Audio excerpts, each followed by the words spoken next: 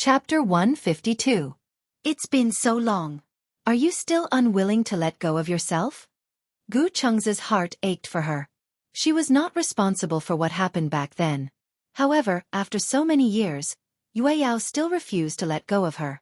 I also want to let go of myself. Mu Yue Yao looked up. Her usual innocent smile was gone as she said calmly, "If you want to let go of yourself, you have to let go of him." She suddenly clenched her fists and bit her lip hard. Gu Cheng's heart ached as he raised his hand and pulled her into his embrace. Bai Ran had just finished choosing her eyeshadow. When she turned around, she saw Gu Cheng's hugging a girl. She was surprised and many question marks popped up in her mind. What was going on? Why was he hugging a girl in an unfamiliar city? Bai Ran did not think too much about it at first. Instead, she had a strange idea. There were many new street games nowadays. For example, blindfolded hugging and kissing any stranger. For example, the recently popular TikTok app, many boys and girls took their phones to the streets to tease passers-by. Bai Ran suddenly realized what was going on. Oh, the person being hugged was her husband. Bai Ran was also somewhat territorial. She immediately walked over with a smile, but she aggressively walked behind Mu Yue Yao. She lowered her voice and suddenly said, "What are you doing?" Mu Yue Yao was shocked by this voice and immediately separated from Gu Cheng's. Gu Cheng's looked at Bai Ran and raised his eyebrows slightly. However, he did not explain immediately. Instead, he smiled gently and said nothing. On the other hand, Mu Yue Yao was flustered. She knew that Bai Ran was Gu Cheng's newlywed wife. With the mentality of avoiding suspicion, she immediately distanced herself from Gu Cheng's. "Hello, sister-in-law." She stood upright. Her outstanding performance in the military training in university made Bai Ran think that she had a military background. Aya, what a coincidence. It's fate to meet big brother Chengza and sister-in-law here. Ha ha ha ha. She laughed awkwardly, which made Bai Hao puzzled. This girl. Why did she feel so guilty? Mu Yue Yao was stared at by Bai Ran and felt even more guilty. She quickly tried to smooth things over. Big brother Chengza is so mean. When did he get married? He didn't announce it to the public. Bai Hao got straight to the point. Why were you hugging each other? Mu Yue Yao explained, because brother Chengza and I haven't seen each other in a long time. I didn't expect to meet you in Hong Kong. Bai Ran looked at Gu Chengza suspiciously. Gu Chengza smiled and explained, I haven't had the chance to introduce you.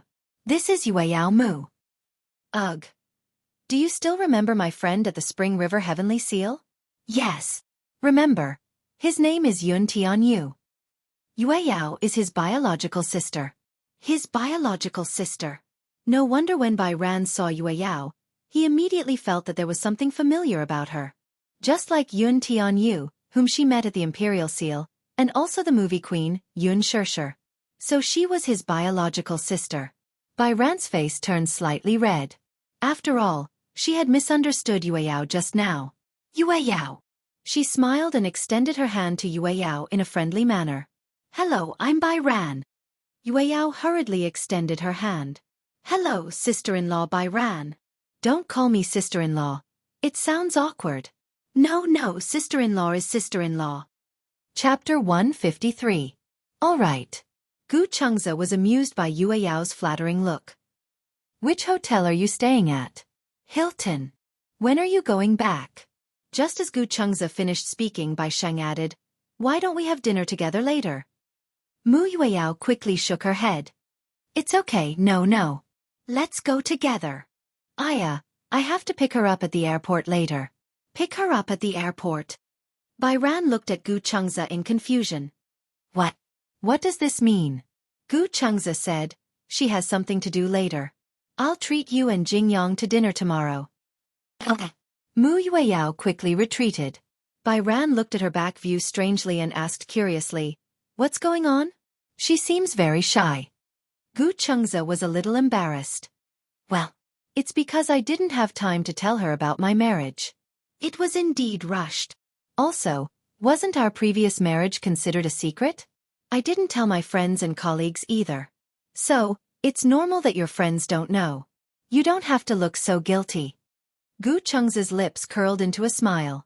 Suddenly, He looked at her mysteriously, but there was a hint of playfulness in his gaze. Your reaction just now seemed particularly strange. Strange? What's strange? Being stared at by him. Bai Yu felt inexplicably guilty. Gu Cheng's gaze deepened. He lowered his head and asked in a voice that only she could hear. You saw me hugging another girl just now. From your gaze, it seemed like you were jealous? Bai Ran was so shocked that she almost bit her tongue. She stuttered. I wasn't jealous just now. I was just a little surprised. Is it difficult to admit that you're jealous? Gu Chengza pinched her nose lovingly and dotingly. Tell me you're jealous. Bai Hao held his breath and puffed his cheeks. This feeling of being seen through was so embarrassing. She had always wanted to be a magnanimous wife. However, when she saw her husband hugging a strange girl, her first reaction wasn't to find out who the girl was, but to feel jealous. He felt that the scene was very eye-piercing. Bai Hao was like a kid who had made a mistake. He lowered his head. If I'm jealous, will you feel unhappy? Gu Chengza raised his eyebrows. How can that be? I'm happy that you're jealous. Why? Because I would think that you must care a lot about me, that's why you're jealous. As Gu Chengza spoke, he gently kissed her cheek. Sometimes, I wish you could be more petty. When Bai Yu heard this, his face turned even redder. She pursed her lips. When she heard this, she finally admitted, I was a little jealous just now. I felt sour. Ha! Gu Chengza suddenly laughed softly. His voice was especially pleasant to the ears. It was as clear as spring water, without any impurities. Hearing this voice, Bai Ran's face burned even more. She could vaguely hear him ask, Have you chosen your eyeshadow? Here's the ticket. Bai Ran lowered her head and passed the ticket to him. Gu Chengza said to her, Wait for me here. I'll go pay the bill. Okay. Bai Ran kept her head down as she secretly watched Gu Chengza's back view as he went to pay the bill. The more she watched, the happier she felt. Watch first appearance Sue new chapter section please go client. Mobile address. Watch first appearance Sue new chapter section please go client. Mobile address. Chapter 154. After shopping in Times Square, Bai Ran had done a lot of planning before coming to Hong Kong. Therefore, she suggested that they go to the online celebrity restaurant to check in. In the age of the internet, the concept of online celebrity restaurants and online celebrity dessert shops were everywhere. However, Gu Chengza did not have a good impression of online celebrity restaurants. The so-called online celebrity restaurants were actually cheap, affordable, and more delicious. In the past, when he was on a business trip to another city, he would occasionally want to go to the online celebrity restaurants on a whim. However, in fact, many online celebrity restaurants often had a bad service attitude. Perhaps it was because business was too good and they had to serve many customers every day, so the waiters' tempers were not necessarily too good. In fact, there were countless places that were better than the online celebrity restaurants. It was just that because of the price they did not have much exposure. Gu Chengza was not very willing to go to the online celebrity restaurants, because, as expected, the attitude of the staff should be quite bad. Some people did not care about the service attitude. However, Gu Chengza was a very particular man. He was not willing to spend money to get angry. Don't go to the online celebrity restaurants. Gu Chengza suddenly said, I don't think there's anything good about the online celebrity restaurants. Ha! Actually, there are many restaurants that are better than the online celebrity restaurants. I used to come to Hong Kong for business trips often, so I know a few good restaurants. Do you want to try them? When Bai Ran heard this, she was almost drooling. Okay. Gu Chengza saw her excited expression and could not help but laugh. Why do your eyes seem to light up when it comes to delicious food? Because I'm so hungry. I'm a little hungry. As Bai Ran spoke, she tilted her head. I think that in this world, only love and delicious food can't be let down. Okay, you won't let me down, you won't let me down. It's a good thing that you like to eat. How is it a good thing? Because if we quarrel in the future, as long as I take you to eat delicious food, you definitely won't be angry. Gu Chengza said it so matter-of-factly. Bai Ran said, Won't you feed me until I'm white and fat like this? Gu Chengza said with a serious expression. Isn't it good to be white and fat? You're so thin now. When I hold you in my arms, I feel that there's not much meat on your body other than bones. Humph. Bai Kun pretended to be angry and said, when I eat until I'm white and fat, won't you dislike me? Why would I dislike it? Gu Chengza raised his eyebrows and said, I like you. Even if you're as fat as a pig, I don't care. Really? But I can't accept that I'm too fat and out of shape, Bai Hao said with a look of disbelief. If that was the case, she wouldn't be able to wear any pretty clothes. She was obsessed with beauty, so she was especially strict with her body. Gu Chengza pinched her cheek and said, to be honest, I don't like you when you're too skinny. If she had more meat on her body, she would be even cuter. If you're too skinny, I won't feel comfortable holding you in my arms at night. It's not good to be too fat. Yes, it's a little meaty. A little plumper is enough. When Bai Kun heard this, he was still a little skeptical. Let's go. If we're any later, we'll have to line up again. Gu Chengza naturally held her hand. Viewing Starter Zue New Chapter 8 Sections. Welcome to Hall of Visitors. Mobile address. Watch Starter Zue New Chapter 8 Sections. Welcome to Hall of Visitors. Mobile address. Chapter 155.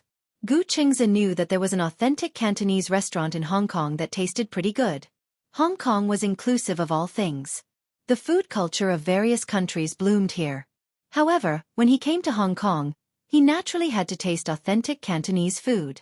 Gu Chengza often went abroad, but after traveling to so many countries, he still felt that China's food culture was the most delicious. Gu Chengza had a preference for Cantonese food. In Hong Kong, there were many authentic Cantonese dishes, but for the picky Gu Chengza, the restaurants were also divided into different grades. As he was a regular customer, he would come to this restaurant every time he came to Hong Kong. Purple Air from the East was the name of this Cantonese restaurant. It was very recognizable and was easy to remember. When the manager saw Gu Chengza, he welcomed him warmly. Are you here on a business trip again? No. Gu Chengza pushed Bai Sheng in front of the manager and introduced her solemnly. This is my wife. This is our wedding trip. Hong Kong is the starting point. We plan to travel around the world to commemorate our wedding. When the manager heard that it was a wedding trip, he was a little surprised. A wedding trip? Yes. Although there were many people who wanted to go on a wedding trip and it was trending, not many people actually took action. When he heard that it was a wedding trip, the manager was so excited that his face was flushed red. Mr. Gu, you came at the right time. We have a honeymoon room here. It seems that fate has decided to prepare it for you. Gu Chengza nodded and held Bai Sheng's hand as he followed the manager to the room. Along the way, Bai Sheng was really getting more and more nervous. The restaurant's furnishings were especially luxurious. Although many glittering elements were used, they were not tacky. Instead, they showed a noble style. Bai Sheng was a little worried. She asked nervously in a low voice, will the expenses here be very high? It had almost become an instinct for her to care about the amount of expenses. Because her life had always been tight, no matter what expenses she had, she would prioritize whether the amount of expenses would exceed her expectations. Gu Chengza said seriously, from now on, you're not allowed to think about spending anymore. I'm worried. The worry on Bai Sheng's face was so serious that Gu Chengza didn't know whether to laugh or cry. What are you worried about? I'm afraid that I'll spend too much money. What if I don't have enough money to go home halfway? Gu Chengza tried hard to hold back his laughter and said, then I'll sell you, okay? In a moment of desperation, Bai Sheng blurted out, but I don't think I can sell for much money. Ha ha ha ha. Gu Chengza burst out laughing. He had always been a reserved person. Smiling like this was already a bit of a loss of self-control. Idiot. How are you worthless? You're a priceless treasure that only people can't afford. Besides, I won't really sell you. Well, don't mention the money anymore. Since we're going to travel around the world, I've brought enough money with me. He even brought a few black cards with him. The limit of the black card was unlimited. There was nothing to worry about. Only then did Bai Sheng relax. After the two of them entered the private room, Bai Sheng's concept of luxury was refreshed. The private room was especially big. The moment they entered the room, they were attracted by the crystal chandelier that occupied the entire ceiling. The chandelier was made up of countless crystal tubes. When the wind blew, they would collide with each other, creating a pleasant tinkling sound. Viewing Starter Zue New Chapter 8 Sections. Welcome to Hall of Visitors. Mobile address. Watch Starter Zue New Chapter 8 Sections. Welcome to Hall of Visitors. Mobile address. Chapter 156. It was too beautiful. The entire ceiling of the huge private room was occupied by this chandelier. Wasn't this chandelier too big? And it must have cost a fortune, right? She had seen a chandelier that was 1/10 the size of the chandelier. Just the chandelier alone cost tens of thousands. Just the chandelier in the private room must have cost several times the cost. Once they entered the private room, Bai Ran stared at the chandelier. Gu Chengzi gently tugged at her sleeve. What are you looking at? I'm looking at how many crystal tubes there are. Beside them, the waiter smiled knowingly and immediately explained, Sir, our chandelier is made up of a total of 4,600 crystal tubes. More than 4,000 tubes. It was so grand. Bai Ran was so shocked that her mouth opened wide and she gasped. Before she could finish gasping, her peripheral vision was attracted by the luxurious floor-to-ceiling balcony. The private room was made up of a suite. Inside it, there was a pantry, a reception room, a bathroom, and a dining room. In addition, there was also a 40-square-meter balcony. The balcony was surrounded by roses. Dark green vines wrapped around the railings of the balcony. There was an inexplicable beauty to it. This time, the inhalation was exceptionally long. It's too beautiful. It was her first time eating in such a beautiful environment. She felt inexplicably touched. The heart of a young girl that had long withered in her heart seemed to have been revived. Gu Chengzi saw that Bai Ran couldn't hide the surprise and love on her face and felt satisfied. Although this restaurant's per capita spending was high, the environment was really good. Other than the environment, the taste was also very good. The flavor was unique. It was much more meaningful than squeezing into the crowded shops that were popular on the internet. Bai Ran sat down and waited to order. However, after the waiter settled them down, he lit the candles and left quietly. Bai Ran was speechless. What's going on? Gu Chengzi raised his eyebrows. What do you mean what's going on?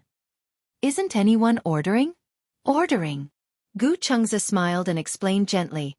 There are only 2 menus here. One is the family menu, and the other is the lover's menu. The dishes on the menu are fixed. You can't choose. Ah. Bai Ran felt that this way of eating was a little novel, but he still couldn't help but worry. However, if the set meal is fixed, then won't it be too much to eat? The amount here is based on everyone's average appetite. It won't be a lot. Moreover, it's very delicious. Even if you're full, you won't notice it easily. It had to be said that the owner of the restaurant had a unique way of doing business. Imagine a dish that was incomparably delicious, but there was only a fixed amount of it. No matter how delicious something was, it was inevitable that one would get sick of it after eating too much. With such a fixed amount of food, there would be nothing left after eating it. If one felt that it was delicious, they would feel that it was not enough. Next time, they would still be unable to resist coming here. Every time they ate, their experience would be just right, and they would not overdo it. Instead, it would leave them with an incomparable aftertaste.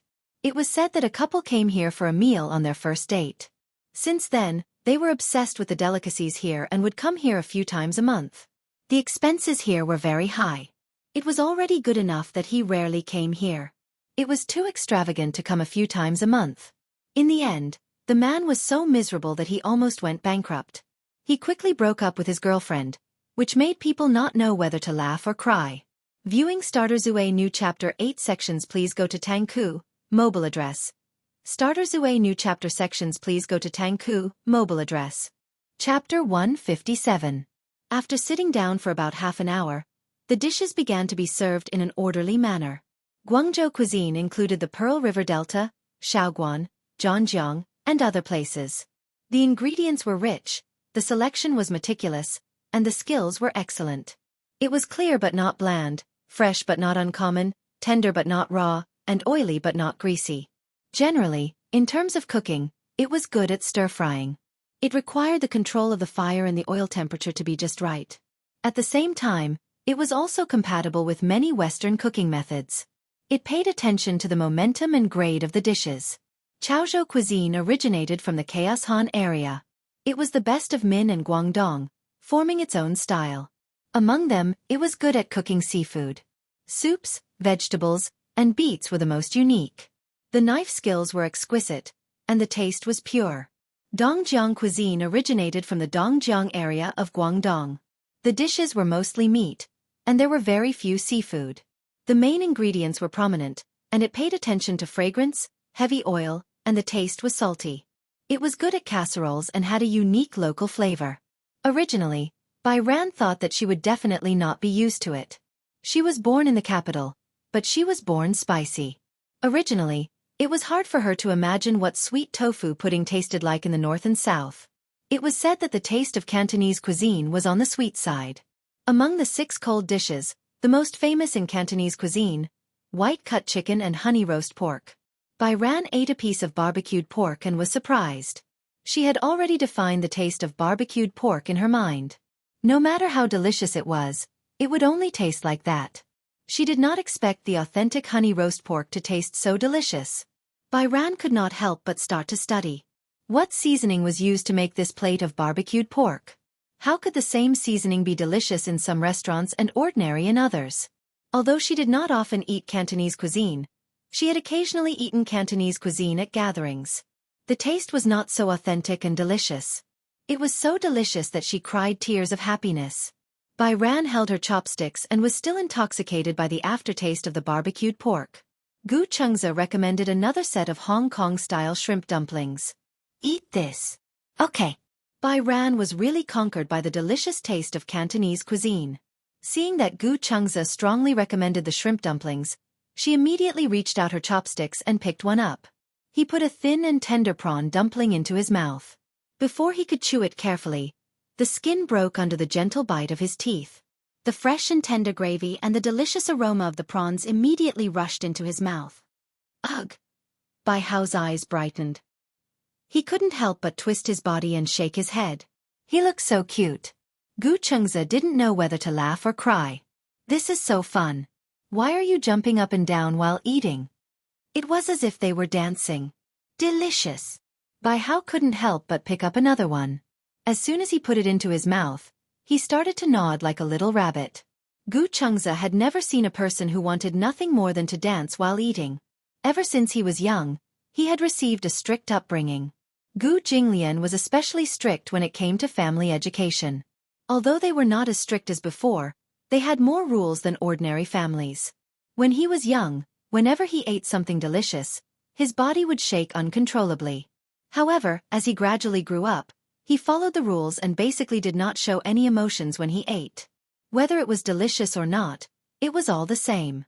If Bai Ran behaved like this, Gu Jinglian would say that he had no manners. However, he felt that Bai Hao's unruly display of his true feelings was very cute. Chapter 158. At the airport. It was packed with people. Many fans were holding flowers in their hands, eagerly anticipating the appearance of their idol.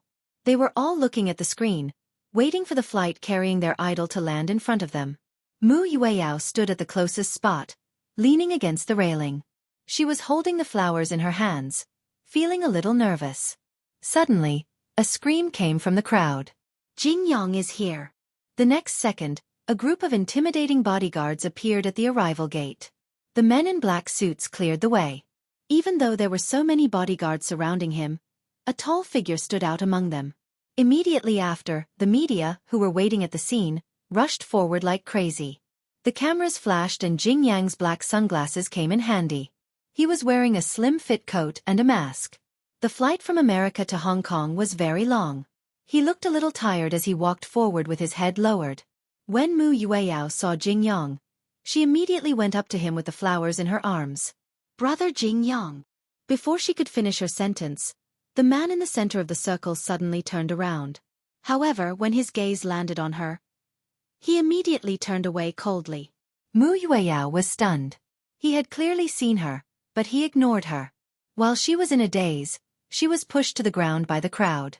In order to get closer to their idol, the fans used all their brute force to push forward. Mu Yueyao was pushed to the ground. When she got up in a daze, the crowd had already gone far away. The flowers in her arms fell to the ground in the midst of the shoving. Countless feet trampled over them. The petals fell and were crushed, almost turning into mush. Mu Yueyao looked at the bouquet of flowers and her tears fell. Her heart seemed to have turned into countless petals and was extremely broken. He saw her, but he didn't stop walking. Instead, he quickly left the airport under the protection of the bodyguards.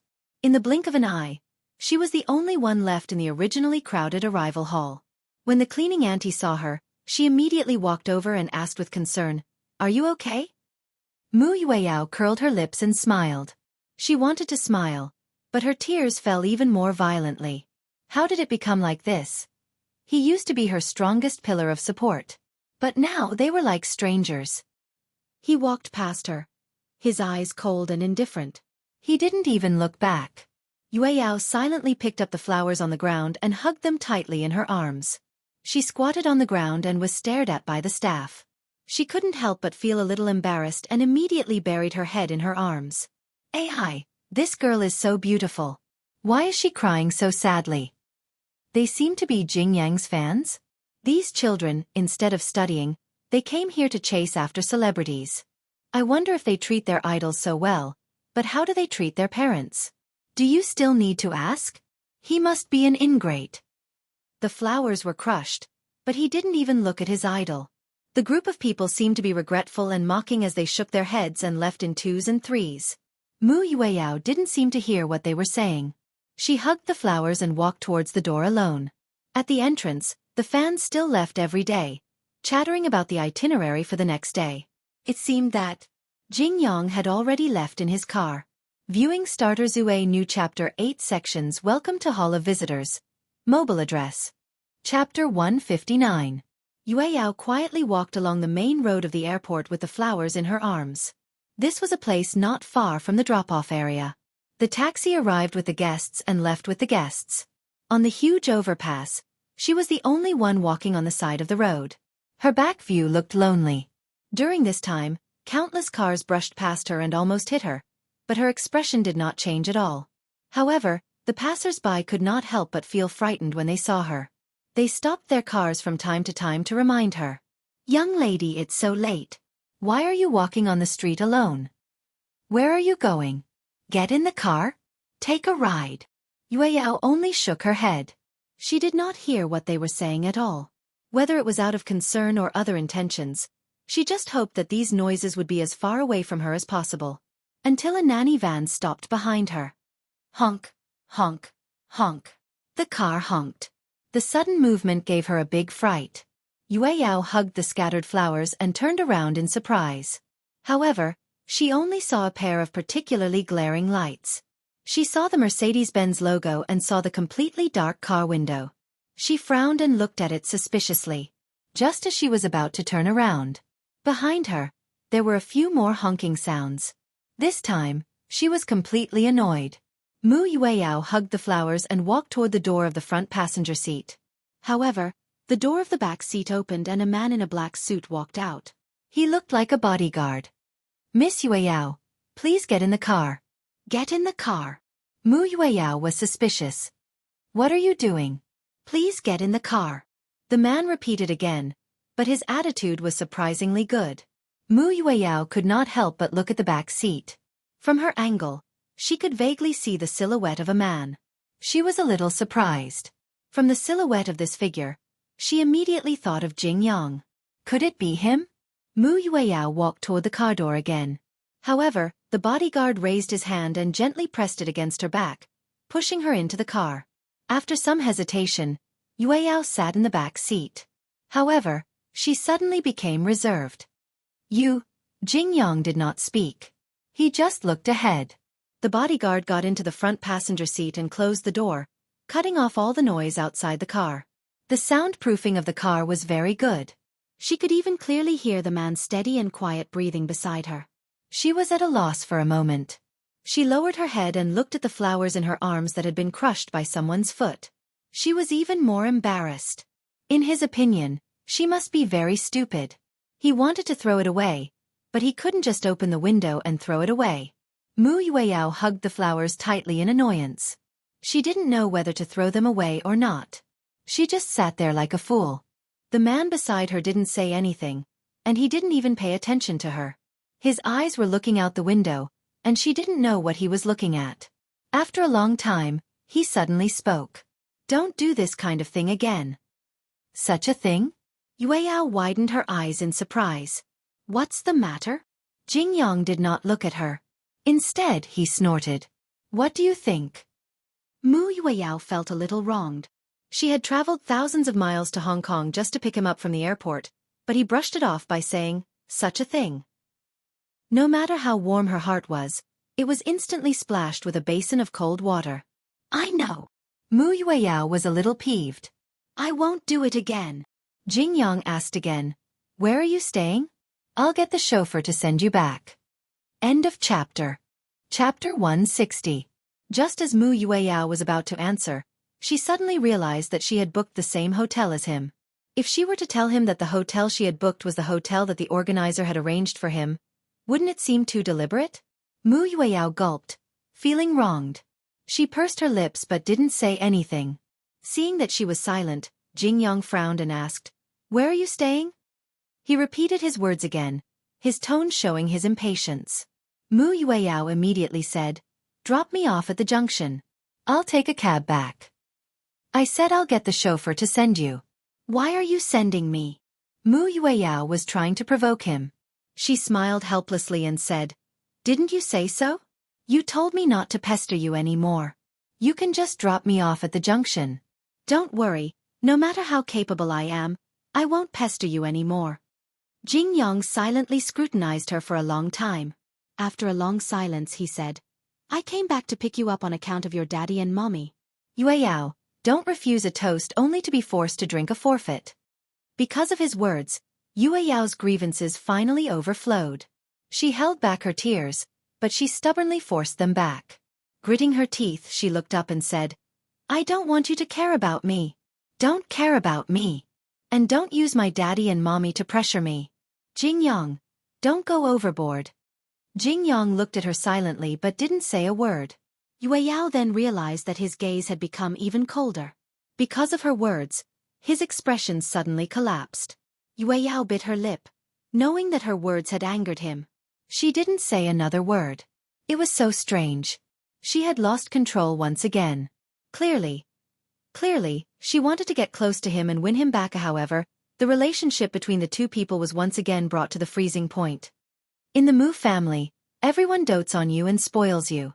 It's okay for you to be arrogant because of that. But with me, I don't have to indulge you. As Jing Yong spoke, the car arrived at the junction.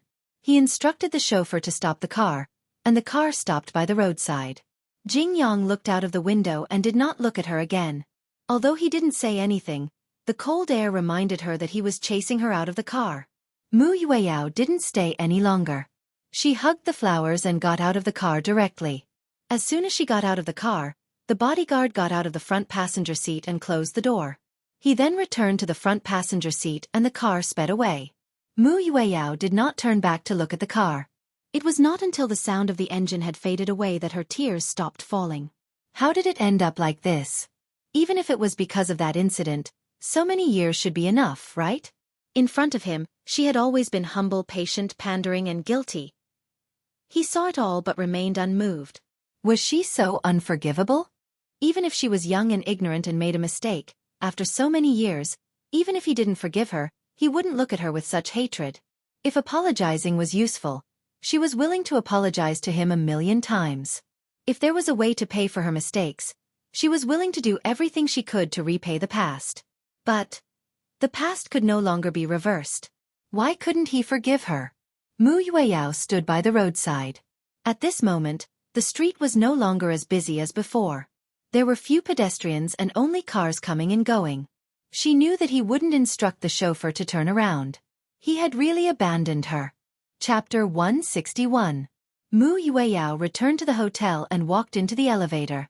She wanted to swipe her card, but when she searched all her pockets, she realized that her bag was gone. The card was in her bag, but she couldn't find her bag. Mu Yueyao was stunned. She furrowed her brows. Even when the elevator door slowly closed and started to rise, she was still in a daze. Where was her bag? She remembered that she was carrying it when she went to the airport, but when she came back, she couldn't remember when her bag had suddenly disappeared. When she came back, she walked all the way back and didn't seem to have met anyone. In the end, she hailed a taxi.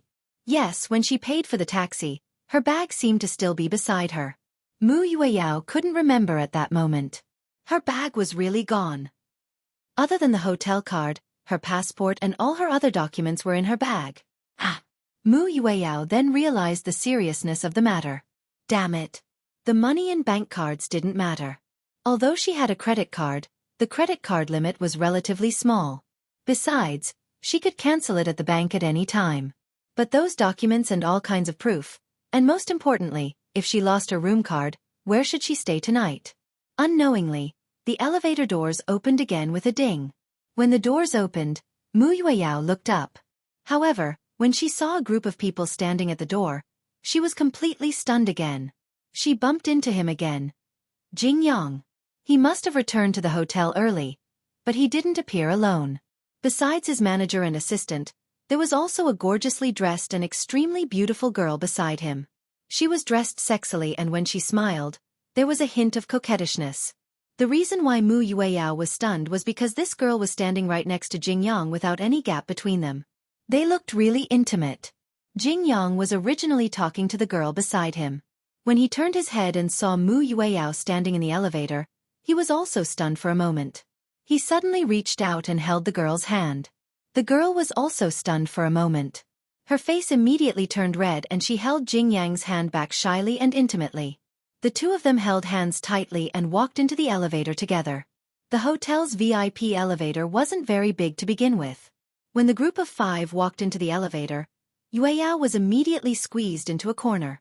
She wasn't very tall, and from her angle, she could only see Jing Yang and the girl holding hands tightly.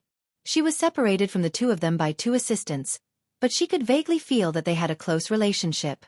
It was already so late. Where were they going? Furthermore, Jing Yang was staying in this hotel. The others were either agents or assistants.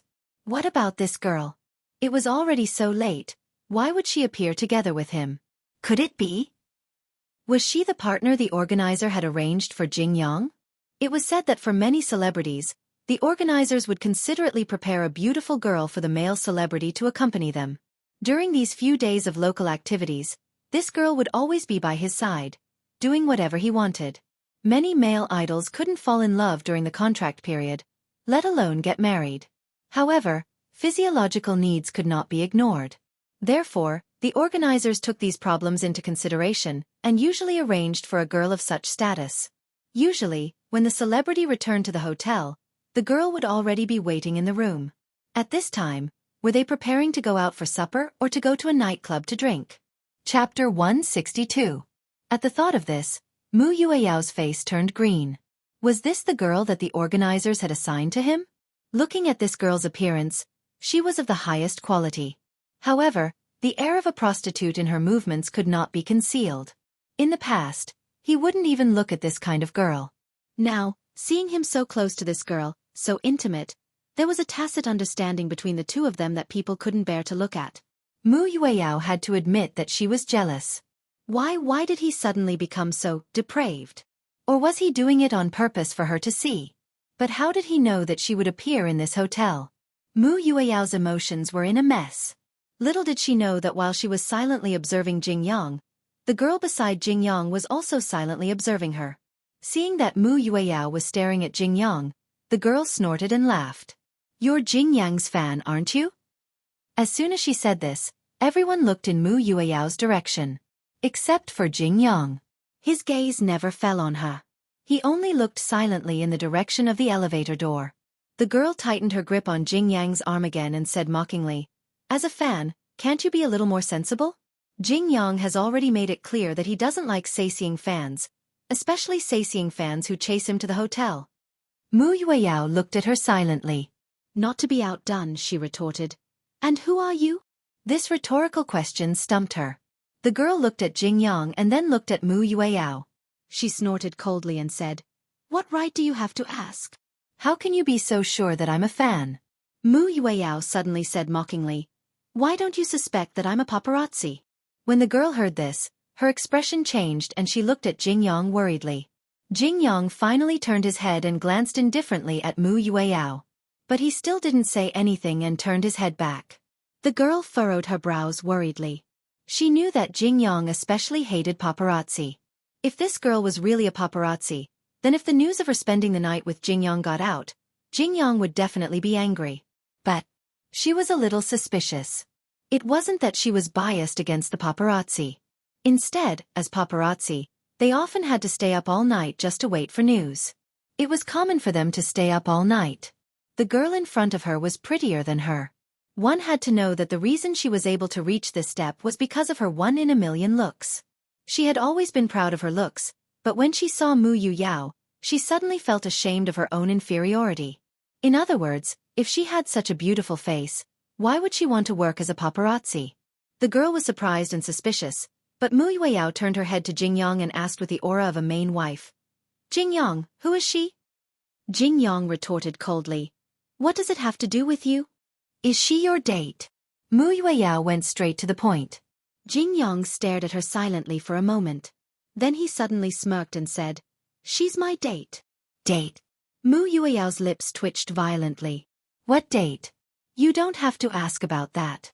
Just as he finished speaking, the elevator happened to reach the first floor and opened with a ding. Chapter 163.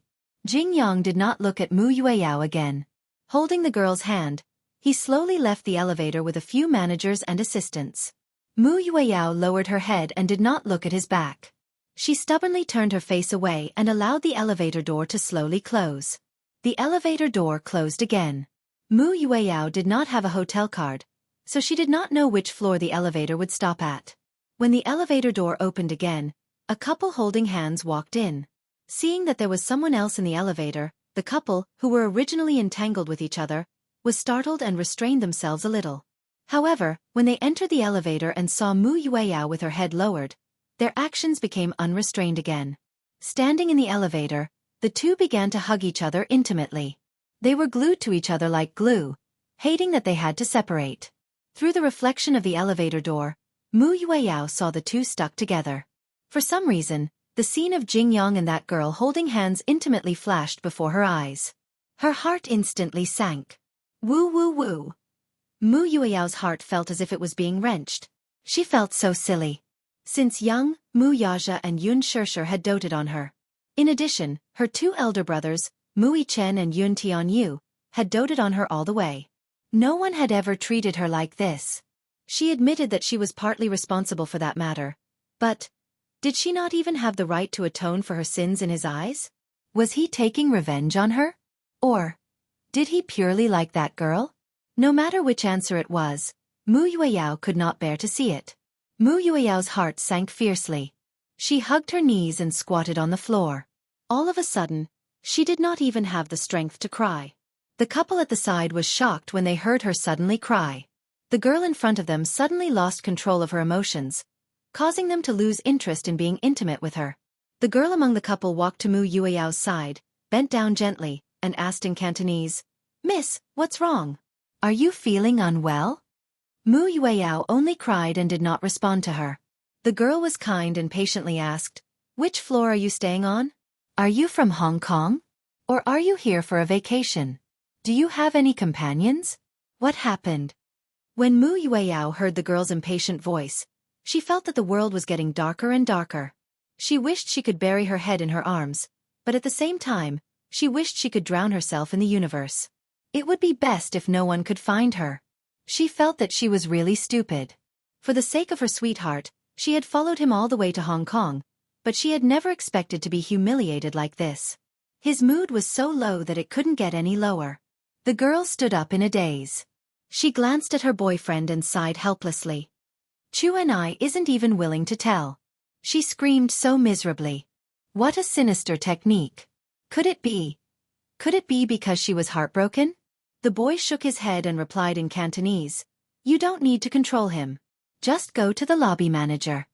When the elevator reached the first floor, the couple walked out. The girl wanted to help Mu Yueyao up, but seeing that she didn't even have the strength to stand up, she simply squatted beside her and accompanied her. The boy hurriedly went to find the lobby manager. Not long after, The boy rushed over with the lobby manager. When he saw Mu Yueyao, the lobby manager frowned slightly and suddenly asked tentatively, "Miss Yueyao?" Mu Yueyao still didn't move. She only buried her head, as if she couldn't hear anything. Chapter 164. Just as everyone was at a loss, Mu Yueyao suddenly buried her face in her arms and muttered painfully, "I thought everything would pass." "What do you mean?" No one knew what she was muttering about. Mu Yueyao suddenly lost control and said, "If only I was the one who died back then." She covered her ears and closed her eyes. Suddenly, she felt as if she could see Jing Yang's soulless back outside the corridor of the hospital. People were coming and going. In the operating theater, doctors and nurses rushed in one after another, looking anxious. Jing Yang's face was pale as he stared at her angrily and suspiciously. Mu Yueyao looked at her hands again and suddenly realized that her hands were covered in bloodstains. The person lying in the operating theater was his closest relative, his mother. Because of her. It was all because of her that the mother and son were separated forever. Jing Yang dashed over and grabbed her by the shoulders. His eyes were bloodshot. "Mu Yueyao, what do you want?" The nightmare repeated itself. Mu Yueyao was so shocked that she broke out in cold sweat. She choked and said, "I didn't want to. I'd rather the person lying in there was me." "Then why don't you die?" Jing Yang lost control and roared at her. Mu Yueyao was so frightened that she curled up into a ball. She leaned against the wall and slid down slowly. "If anything happens to my mother, I'll hate you forever." With that, Jing Yang turned around and left. At that time, she did not even have the courage to look at him. "I'd rather die. I was wrong, I know I was wrong." Mu Yueyao covered her ears as if she was hallucinating. In the midst of the heavy traffic, she was pushed hard and felt the world spinning. She propped herself up again and looked back. However, all she heard was the screams of countless passers-by. "Ah! Oh my God! A big truck ran over a living person. It ran over her body. It's definitely useless. Oh my God, there's blood everywhere. It's so scary. Quick, call the police and the ambulance." Mu Yueyao got up from the ground in a daze and staggered to stabilize her center of gravity. However, she saw that the scene not far away was already surrounded by people. Many girls screamed in fear. Order was once in chaos. There were people around her constantly asking about her well-being, but she couldn't hear anything clearly. The traffic police came quickly. She had just passed through the crowd when the police came to pull up the cordon. The driver stood by the side, looking at the people on the ground and sighing. Yueyao finally pushed the crowd aside, but she saw a scene that she would never forget in her life. The woman was crushed by the huge wheels of the truck. Half of her body was exposed as she lay on her back, blood foaming at the corner of her mouth. "Help! Help!" Mu Yueyao finally reacted and screamed in panic. "Help! Help! Is the ambulance here?" She only had one thought at that time, and that was to lift the car and drag out the person under the wheels. Therefore, she rushed forward without a care for her own safety and hugged the huge tire of the truck with both hands. The traffic police on the side immediately pulled her back. "Save them! Save them!" Mu Yueyao screamed at the top of her lungs. "Save my mom! She's my mom! Save my mom!" Mother Jing's gentle words seemed to echo in her ears. "You like Yang Yang. When you grow up, marry Yang Yang, okay?" "Okay. That's great. Then, from now on, you'll call me mom like Jing Yang?" Chapter 165. She felt like she was drowning in a sea of darkness. When Mu Yueyao woke up, she realized that she was lying on a bed. When she came back to her senses and sat up on the bed, she suddenly realized that she was in a ward. A ward. Mu Yueyao held her forehead.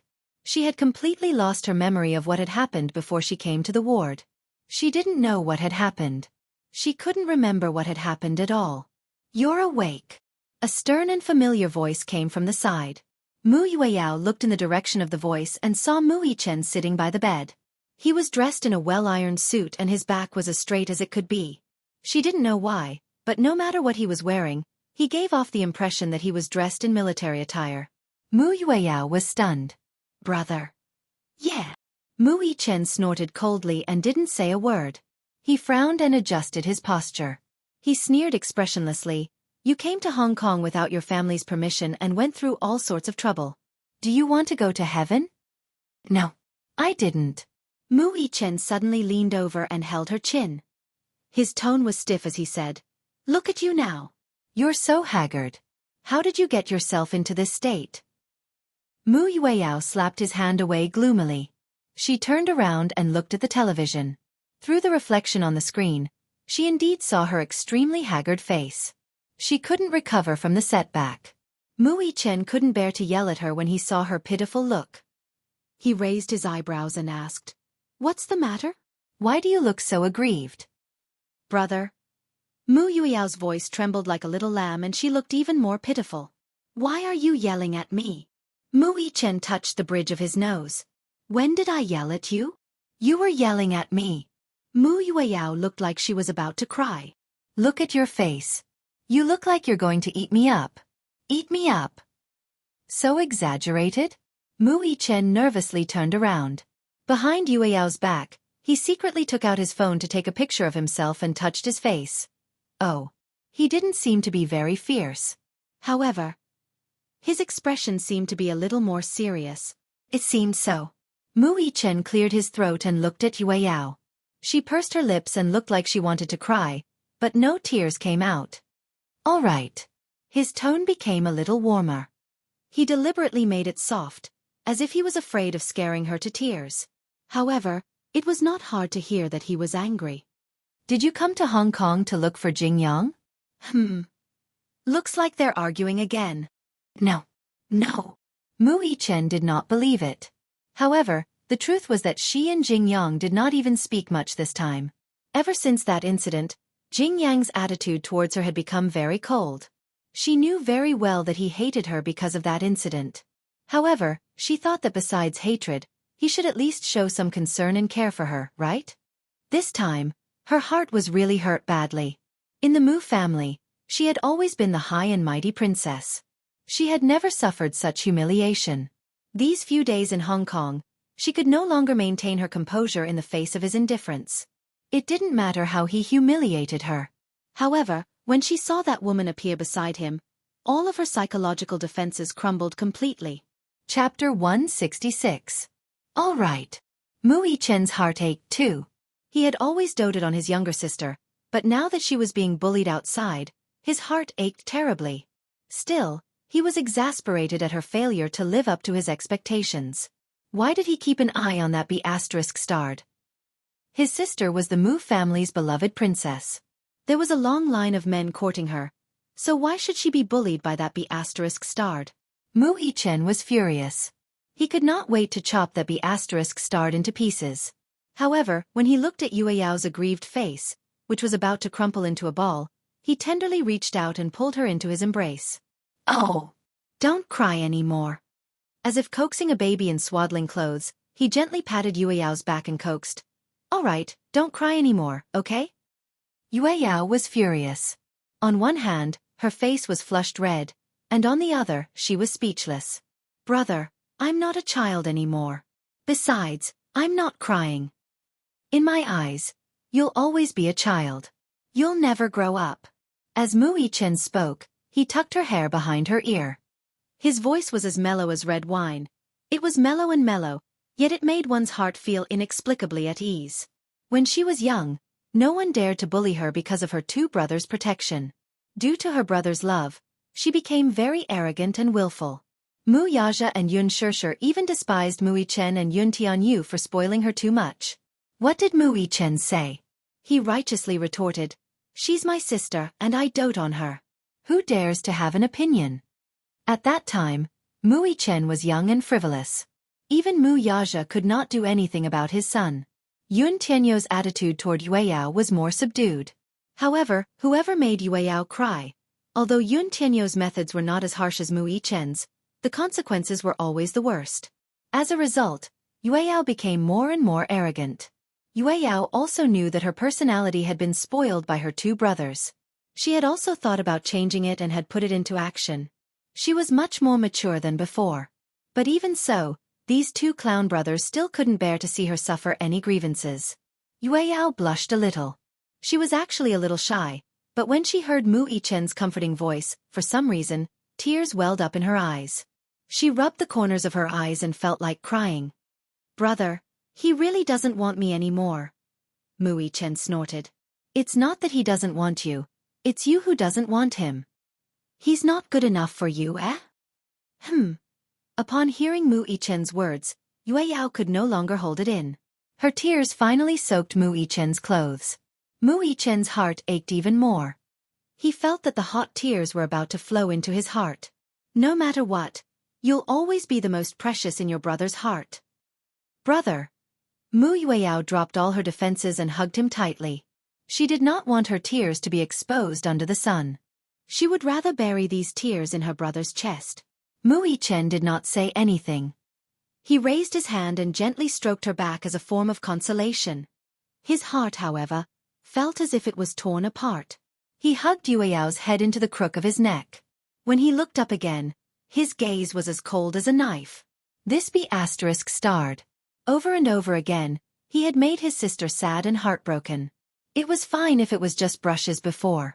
This time, he would not tolerate it. Chapter 167. TV Station. Interview Room. When Jing Yong returned to the dressing room after finishing the program, it was already 1 o'clock in the morning. The program was a recorded broadcast. The Hong Kong TVB variety program always revolved around gossip. Jing Yong endured and ended the interview patiently. He was exhausted. As soon as he returned to the dressing room, he collapsed on the sofa and did not want to move anymore. Tired. Exhausted. At this moment, his mind was filled with Mu Yueyao's disappointed face. According to the hotel manager, a girl fainted in the elevator yesterday. She was rushed to the hospital and there was no news of her since then. He suspected that it was Mu Yueyao. Because her name could no longer be found in the hotel's guest information. She had already checked out of the hotel. What happened? She fainted? What happened? Countless questions filled his head and he had a splitting headache.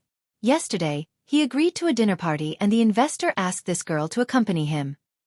He did not expect to bump into her in the elevator.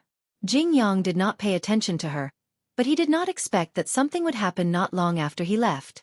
Jing Yong, are you tired? Do you want to drink some coffee? Beside him, his assistant kindly served him a freshly brewed coffee. When Jing Yong smelled the bitter taste of the instant coffee, he could not help but want to vomit. He covered his mouth and waved his hand. The assistant immediately understood and left with the coffee. She knew that Jing Yang's mood was not very good these 2 days. No. It should be said that since he stepped into the entertainment industry, he had never shown a real smile. There was once a program that asked him why he wanted to enter the entertainment industry. He was a top economics student at a 985 university. However, he did not choose to pursue a postgraduate study in economics. Instead, he chose to enter the entertainment industry. Although Jing Yang's foreign trade conditions were good, there were better choices for him other than the entertainment industry. However, Jing Yong said that he entered the entertainment industry to repay his debts. He and his mother owed a huge debt, as high as 100 million. He had to repay this debt. This statement shocked the entertainment industry and fans. It even topped the entertainment industry's trending searches.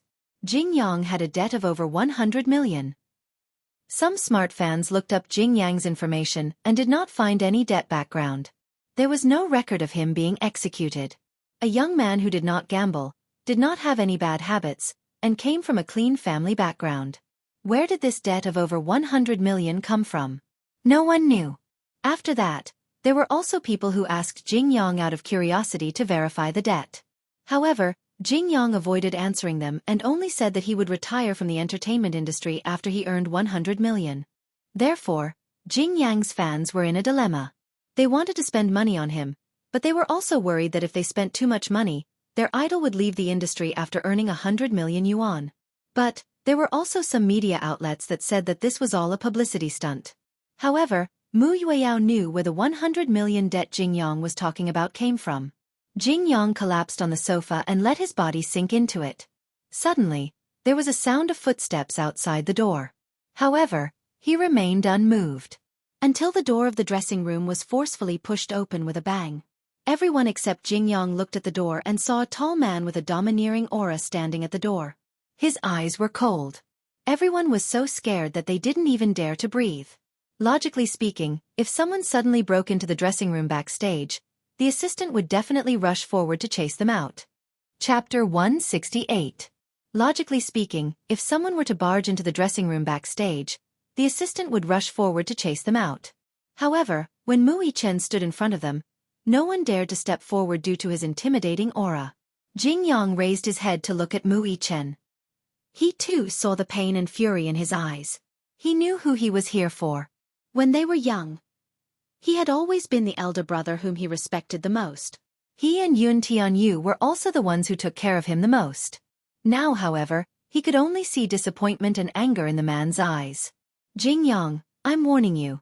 From now on, keep your distance from my sister. Don't go near her. Do you hear me? Jing Yang did not look surprised when he heard this.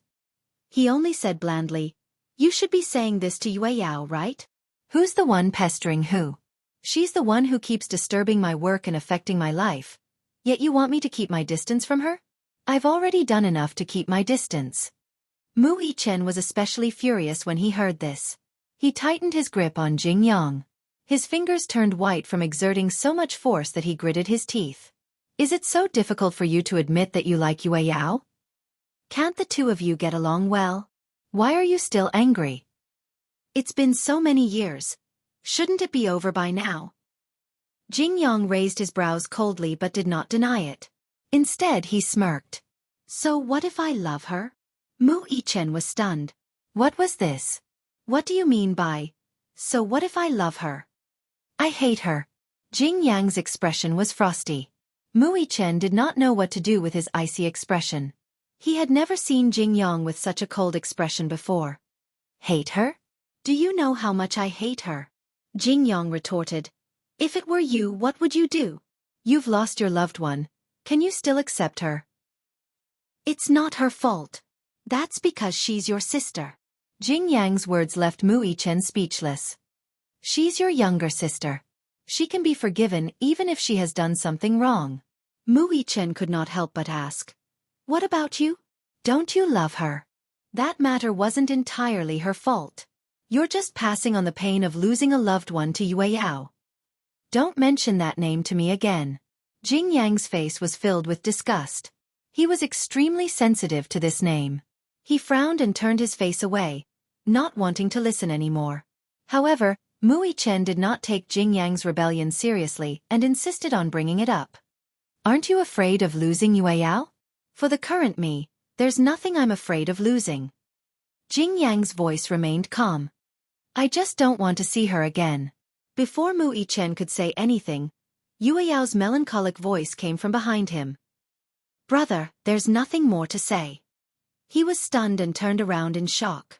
He saw Yue Yao standing at the door, her body swaying slightly as if she could not stand straight. However, she was still trying her best to suppress some of her emotions and put on an extremely perfunctory smile. Jing Yang, you have to remember what you said. I'll pay back what I owe you, but you have to pay back what you owe me. Jing Yang was stunned as well. He did not expect Yue Yao to be standing outside the door and hear the entire conversation between him and Mu Yichen. Chapter 169. Jing Yang, remember what you've said. I'll repay what I owe you, but you'll have to pay back what you owe me, too. Jing Yang was stunned too. He did not expect that Mu Yichen and Yue Yao would be standing outside the door and overhear their conversation. For a moment, he could not recover from his shock. Yue Yao, who was standing before him, looked too haggard. All this while, she had always been a beautiful and noble princess in front of everyone. Now, without makeup, she could not hide her sickly haggardness. He did not know that she had not eaten or drunk for 2 whole days. Her eyes were red as if she had cried. For a moment, his heart ached. Mu Yichen held his forehead helplessly. Initially, he only wanted to come alone and did not want her to come along. However, she stubbornly insisted on coming along. He had no choice but to let her wait outside the door. He did not expect Jing Yang to say such heartless words. Jing Yang glared at Yue Yao silently. Yue Yao did not say a word. She looked back at him with an indescribable disappointment in her eyes. She expected to hear many cruel words from him, but she did not expect him to be so eager to draw a line between them. She thought about the girl who had been beside him last night, holding his arm so intimately. They were together the whole night, right? What exactly happened between the two of them? Yao did not dare to think about it. Let's end it here. Other than settling accounts, we don't owe each other anything. As Yao said this, she suddenly raised her hand and casually took off a ring on her ring finger. She threw it on the floor. It was a rose gold ring. She bought it at a store and it was not expensive. When they were young, she often stuck to Jing Yang. The two could be considered childhood sweethearts. Whether it was the Mu family or Jing Yang's mother, they were sure that they would get married when they grew up. At that time, the two little guys were very close. Other than Mu Yichen and Yun Tianyu, it seemed that only Jing Yang could tolerate her princess-like temper. During Christmas in junior high school, Jing Yang used the money he earned from his part-time job to buy a rose gold ring and made a promise with her. He said to her, "Yao, this is my engagement ring for you. When I grow up, I'll marry you and make you Mrs. Jing, okay?" At that time, there was no such thing as puppy love between the two of them. It was just that both of them had too many fantasies about their future. Yao had been doted on since she was a child.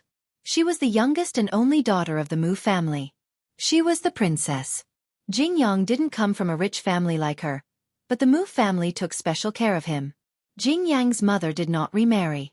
It was not easy for her to raise Jing Yang alone. Originally, she had planned to give birth to the child and return to the countryside to develop. The cost of living in the capital was too high, and it was hard to get by. But how could Mu Yao bear to let Jing Yang leave? Hence, Yun Shishir offered to cover Jing Yang's living expenses and school fees. Only then did Jing Yang and his mother officially take root in the capital. However, all these beautiful things were completely shattered because of an accident. After that incident, Jing Yang not only felt love for Mu Yao, but also hatred. Originally, this accident should not have happened. For the first time in his life, he hated her willfulness. Watch first Zue new chapter section. Please go to Hall of Visitors. Mobile address. Chapter 170. For the first time in his life, he hated her stubbornness. However, all this hatred was suddenly thrown into chaos when the rose gold ring fell to the ground. The ring had entered his line of sight without warning and made him realize that to her, this ring was so cheap. No matter how many years had passed, she had always worn it on her finger. But now, she had taken it off and thrown it in front of him. Mu Yao's face was expressionless and he couldn't tell what it was. She smiled sadly and just when he thought she was about to cry, she said lightly, "Let's end it here." "Let's end it here." Mu Yao smiled coldly and said, "I should give up too. In the future, as you wish, I won't pester you anymore." As she said this, she walked over and held Mu Yichen's hand. She forced a smile and said, "Brother, let's go." Mu Yichen looked at Jing Yang and then turned back to look at Yao. He couldn't bear it and asked, "Have you made up your mind?" "Yeah, I've let go. Why do I have to do such stupid things?" Mu Yao took a deep breath as if she had finally let go of something that had been weighing on her mind. She smiled and said, "It's time for me to start my own life, isn't it?" Mu Yichen's lips twitched but he didn't say anything. He only sighed and hugged her lovingly before turning to leave. It was only after the siblings left that Jing Yang seemed to come back to his senses. He walked over and bent down gently to pick up the rose gold ring. He wiped the ring clean with his cufflinks and wrapped it in his palm. His assistant and manager looked at each other and frowned, but they didn't say anything. Beijing, Moon Palace, a top-class private clubhouse. In a luxurious private room, Mu Yao leaned lazily on the sofa. She was wearing a black mid-length dress that hugged her exquisite figure. Her hair was slightly messy and she had only put on some foundation makeup. However, at that moment, the music was loud and the lights were dim. As the light shone on her exquisite features, she looked a little dispirited and lazy. On the table, the goblets had toppled over, and the beer bottles were all over the place. Several handsome and beautiful male models were standing on the small stage, holding microphones and trying their best to show off their voices. These models were all the top male models of the Moon Palace. Whether it was in terms of figure or appearance, they were all ranked in the top 5. After returning from Hong Kong, Yao hid from everyone and secretly took root in the Moon Palace. The Moon Palace was a high-class clubhouse that combined entertainment and hotel. It had a bar, a K-room, and a bedroom. She turned off her phone and hid her whereabouts from everyone. She played in the Moon Palace every day. When they were tired from singing, they would drink. When they were drunk, they would return to the hotel to rest. When she woke up, she did not have time to eat and continued to drink in the private room. She felt lonely drinking alone, so she spent a lot of money. A few male models rushed into the private room to drink with her, get drunk with her, go crazy with her, and play with her. This kind of feeling was really good. It was carefree, crazy, and incisive. When he was drunk, he felt as if the whole world was spinning, as if he was floating in the clouds. At that time, even if the sky fell, it had nothing to do with her. She didn't need to think about the person in her heart. She just needed to find her own happiness. But, even if she was drunk, she still missed him. His face appeared in her mind. Before she realized it, her face was already covered in tears. Chapter 171. At the Mu residence. Mu Yichen tried calling Yue Yao's cell phone for the 154th time, but it was turned off. This time, he was really furious. What was going on? Could it be that her cell phone ran out of battery? No matter how many times he called, Yue Yao did not pick up. After returning from Hong Kong, it was as if she had disappeared from the face of the earth. He did not know where she went. She was unreasonable. Although he knew that nothing would happen to Yue Yao, he was still worried. Just as Mu Yichen was about to explode with anger, Mu Yaja suddenly returned. When he opened the door, he saw Mu Yichen holding his cell phone. His face was as black as a sheet of paper. He curled his lips and asked calmly, "Is little sister not back yet?" Yeah. Mu Yichen was obviously guilty. He felt that it was his fault for not taking good care of Yue Yao. Mu Yaja raised his wrist and looked at his watch. Yue Yao had been missing for 3 days and 3 nights. Even if she was fooling around, she should have had enough. "Did you look for her?" Mu Yichen nodded helplessly. "I did." "Did you tell her second brother?" "No. I didn't. I didn't dare to tell you. You should still be in the hospital with Natalia." He didn't know about this. Mu Yichen paused and suddenly sighed helplessly. "I thought that although she was naughty and unreasonable, she shouldn't have gone overboard, right? She disappeared the moment she came back from Hong Kong. I don't know where she went." As Mu Yichen spoke, he became angry again. Other than anger, he was more worried. "Why are you so anxious?" Mu Yaja, however, did not show much anxiety. Clearly, he should be the one worrying the most at this moment, yet he appeared calm and composed. Mu Yichen was even more surprised. "Dad, aren't you anxious? Why are you in a hurry?" Mu Yaja asked casually. "Has your precious little sister been this willful since she was young? But there must be a limit to being willful." Mu Yichen crossed his arms in anger. "This is too much. She doesn't know how to go home every day. What exactly does she want?" Mu Yaja raised his eyebrows slightly and said coldly, "In the end, it's all because you spoiled her." Mu Yichen was speechless. He glanced coldly at Mu Yaja and quietly complained, "Daddy, you seem to be the one who dotes on little sister the most and spoils her the most." "Yes." Mu Yaja did not deny it at all. "I pampered her. Do you have a problem with that?" Mu Yichen suffered another setback. He did not dare to contradict Mu Yaja. Although he had already grown up, Mu Yaja was still an extremely revered father figure to him. Mu Yichen sighed. Mu Yaja frowned and said, "Don't worry about this. Go and rest early." Then, "What about little sister?" "I will find her." Mu Yichen frowned and hesitated for a while. In the end, he could not help but say, "Daddy, if you find little sister and she is in a bad mood these few days, please don't take it to heart if she says a few words to contradict you." Mu Yaja did not say anything and only said, "Go to bed early." Mu Yichen returned to his room. This was because he knew that Mu Yaja must have made a decision by saying so. Since they were young, Yue Yao had run away from home many times in a fit of anger. Every time, only Mu Yaja could find her. Moreover, the two of them had a tacit understanding of where she was hiding. Chapter 172. However, no matter where Yue Yao hid, she would not tell anyone. It was as if the father and daughter were telepathic. How enviable! When Mu Yichen returned to his room, Mu Yaja went out of the house and went to the garage. When he saw that Yue Yao's Maserati was still at home, he smiled in satisfaction. The car was parked at home. This was a secret signal between the father and daughter. It meant that she was at the Moon Palace. The Moon Palace. From the name, It was obvious who had invested in this top-notch private club in Beijing. Originally, the Mu family had a few private clubs, but they were usually places for business. The Moon Palace was built because Yue Yao was obsessed with singing when she was in junior high. Therefore, he was worried that his daughter would not have a good singing environment, so he built the Moon Palace. There was a princess box in the Moon Palace. The sound system inside was at least $1 million. Just the sound system alone was worth a few $1,000,000. The duplex box was more than 700 square meters. They had hired the top international choreographer to design an especially beautiful stage. It could accommodate hundreds of people and even hold a small fan club. When she was young, Yue Yao was definitely the envy of all the students in school. At her birthday party, all the celebrities she liked would appear at her birthday party. There were even celebrities who were proud to attend her birthday party. The scariest thing was that the value of anyone who could attend her birthday party would definitely double. She was at the Moon Palace? Mu Yaja started the car almost without hesitation and sped toward the Moon Palace. When he arrived at the Moon Palace, the hall was brightly lit. A row of people was in front of the switchboard. They were at a loss. When they saw Mu Yaja, it was as if they had seen their savior. Chairman Mu is here.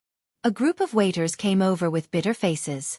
They surrounded Mu Yaja and complained at the same time. Chairman Mu, young miss doesn't let us into the box. She asked for a lot of alcohol. We don't dare to refuse. Previously, the two managers advised her not to drink. They even lost their jobs. This is not important. You should go and take a look. If she continues drinking like this, her body will collapse sooner or later. Mu Yaja frowned, but his expression was still calm. He looked around and raised a finger to signal them to be quiet. The group immediately fell silent. I'll go look for her. You guys stay outside and don't come in. Everyone hurriedly nodded. Several managers escorted Mu Yaja to the door of the room. Although the room was soundproof, they could still hear Mu Yaja singing at the top of his lungs. Mu Yaja frowned slightly and sighed helplessly. He reached out and pushed the door open. On the stage, the lights were dazzling. Yue Yao Mu stood on the stage, surrounded by lights, holding a microphone and humming drunkenly. Surrounded by the stage lights, she couldn't see who had walked in. As soon as Mu Yaja walked in, the male models accompanying Yue Yao immediately bowed and retreated. He didn't disturb her immediately. Instead, he sat on the sofa and silently watched his daughter go crazy. When he looked at the song ordering machine, he was shocked. More than 200 songs. Sad people don't listen to slow songs. Goodbye. Exclusive breakup. The last snow. I just want to say goodbye. A typical lovelorn song. Mu Yaja felt sorry for her and wanted to laugh at the same time. This little brat had lit up all the heartbroken love songs. Yue Yao Mu was still singing. Give up, don't struggle needlessly, forget him, love is not so complicated. Chapter 173. Halfway through her sobs, she couldn't continue singing anymore. Mu Yue Yao fell onto the stage, unable to recover from the setback. Seeing that she had stopped singing, Mu Yaja reached out and poked the music machine to stop the music. The deafening music in the huge private room stopped abruptly. As Mu Yue Yao had been drinking, her reaction was a little sluggish. It took her a while to realize that someone had touched the music machine. She looked in the direction of the music machine. Although her mind was a little hazy, she could still recognize the man sitting on the sofa. She suddenly felt guilty and aggrieved. Tears streamed down her cheeks. Daddy. No matter how angry he was, he could not bring himself to be angry at her soft and coquettish call. He sighed and gently patted the area beside him. Frowning slightly, he said, "Come here, the floor is cold." Yue Yao listened to him and obediently got up from the floor. She walked over to him, swaying step by step. She was clearly walking towards his side, but when she reached his side, her legs went soft and she collapsed on his body. Mu Yaja carried her lovingly in his arms and gently rubbed her tear-stained eyes. There was a rare tenderness in his eyes. It was no wonder that Yun Shirshir was always jealous. Before Yue Yao was born, she had already mentally prepared herself that if she gave birth to a daughter, this daughter would definitely compete with her for favor. But she hadn't expected that Mu Yaja would be so biased. After being married for decades, although the husband and wife were glued to each other like glue, they were still incomparably loving. They weren't like an old couple who had been married for many years. treating each other with respect and retaining the feelings of their youth. But, as his daughter gradually grew up, Mu Yaja placed a lot of focus on Yueyao. Yun Shishir had repeatedly emphasized that a grown daughter couldn't be kept at home. No matter what, his daughter had to get married. However, Mu Yaja said that it was because his daughter was going to get married sooner or later that he had to dote on her. He doted on her so much that in the future, if his future son-in-law didn't dote on his daughter as much as he did, he wouldn't bear to hand his daughter over to someone else. Yun Shishir was already considered a Buddhist. But there were many times when she would still be a little jealous of her daughter. This was especially so when she saw Mu Yaja looking at her daughter dotingly. Her heart ached and she could not help but feel envious. Yueyao took the opportunity to lean her head on his shoulder and didn't say a word. When Mu Yaja saw this, he frowned and laughed. "What's the matter? Who made my little princess angry this time?" He was pretending that he didn't know what had happened between her and Jing Yang. Yueyao wasn't willing to tell him either. How could she possibly complain to Mu Yaja? Even if she had been wronged, she wouldn't tell him. She didn't dare to imagine what would happen if he got angry with Jing Yang because of this. If Mu Yaja got angry and really wanted to deal with Jing Yang, the entire entertainment industry would be shaken. This was between her and Jing Yang. She didn't want to implicate anyone else. Moreover, she had drunk alcohol and was in a daze. Perhaps she was tired of crying and was tired of it. Now that her tears had dried, she quietly snuggled up in Mu Yaja's arms. Finally, she felt that the whole world had quieted down. She was so tired from crying that she felt like her head was swollen and hot. She didn't say anything and Mu Yaja didn't force her either. Chapter 174. Mu Yaja didn't force her. She didn't know why, but Mu Yueyao felt her heart calm down when she was by his side. She didn't say anything and didn't know if she was crying. She just wrapped her arms around his waist, sobbing and feeling wronged. Mu Yaja gently scratched the bridge of her nose and asked gently, "Have you had enough fun outside?" "I'm done." "Then come home with Daddy?" When Yueyao heard this, she shook her head vigorously. Mu Yaja couldn't help but laugh. "What's the matter? Is there a fierce tiger at home? Don't want to go back?" "Yes," Yueyao said seriously. "I'm afraid that Mommy will eat me up." Mu Yaja said, "Mommy doesn't know about you playing outside." "Why?" "That clown brother of yours kept it a secret for you. He said that you went on vacation." "Then how did you find out?" Mu Yaja raised his eyebrows and reminded her helplessly. "I saw that he was so anxious these past few days. Although he pretended to be calm in front of your mommy, how could he hide it from me? When I saw that your car was parked in the basement, it meant that you went to the Moon Palace." Realization dawned on Yueyao.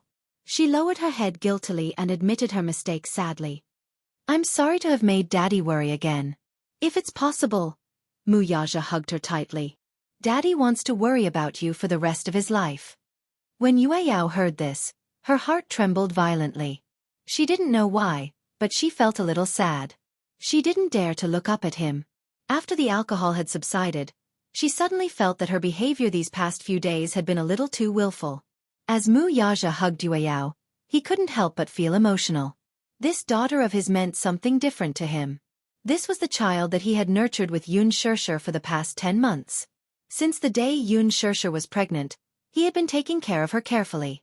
At the same time, he fantasized about whether the Xiao Bao in her stomach was a son or a daughter. He sighed with emotion as he held up Yueyao's hand. Her fingers were slender, fair, and slender.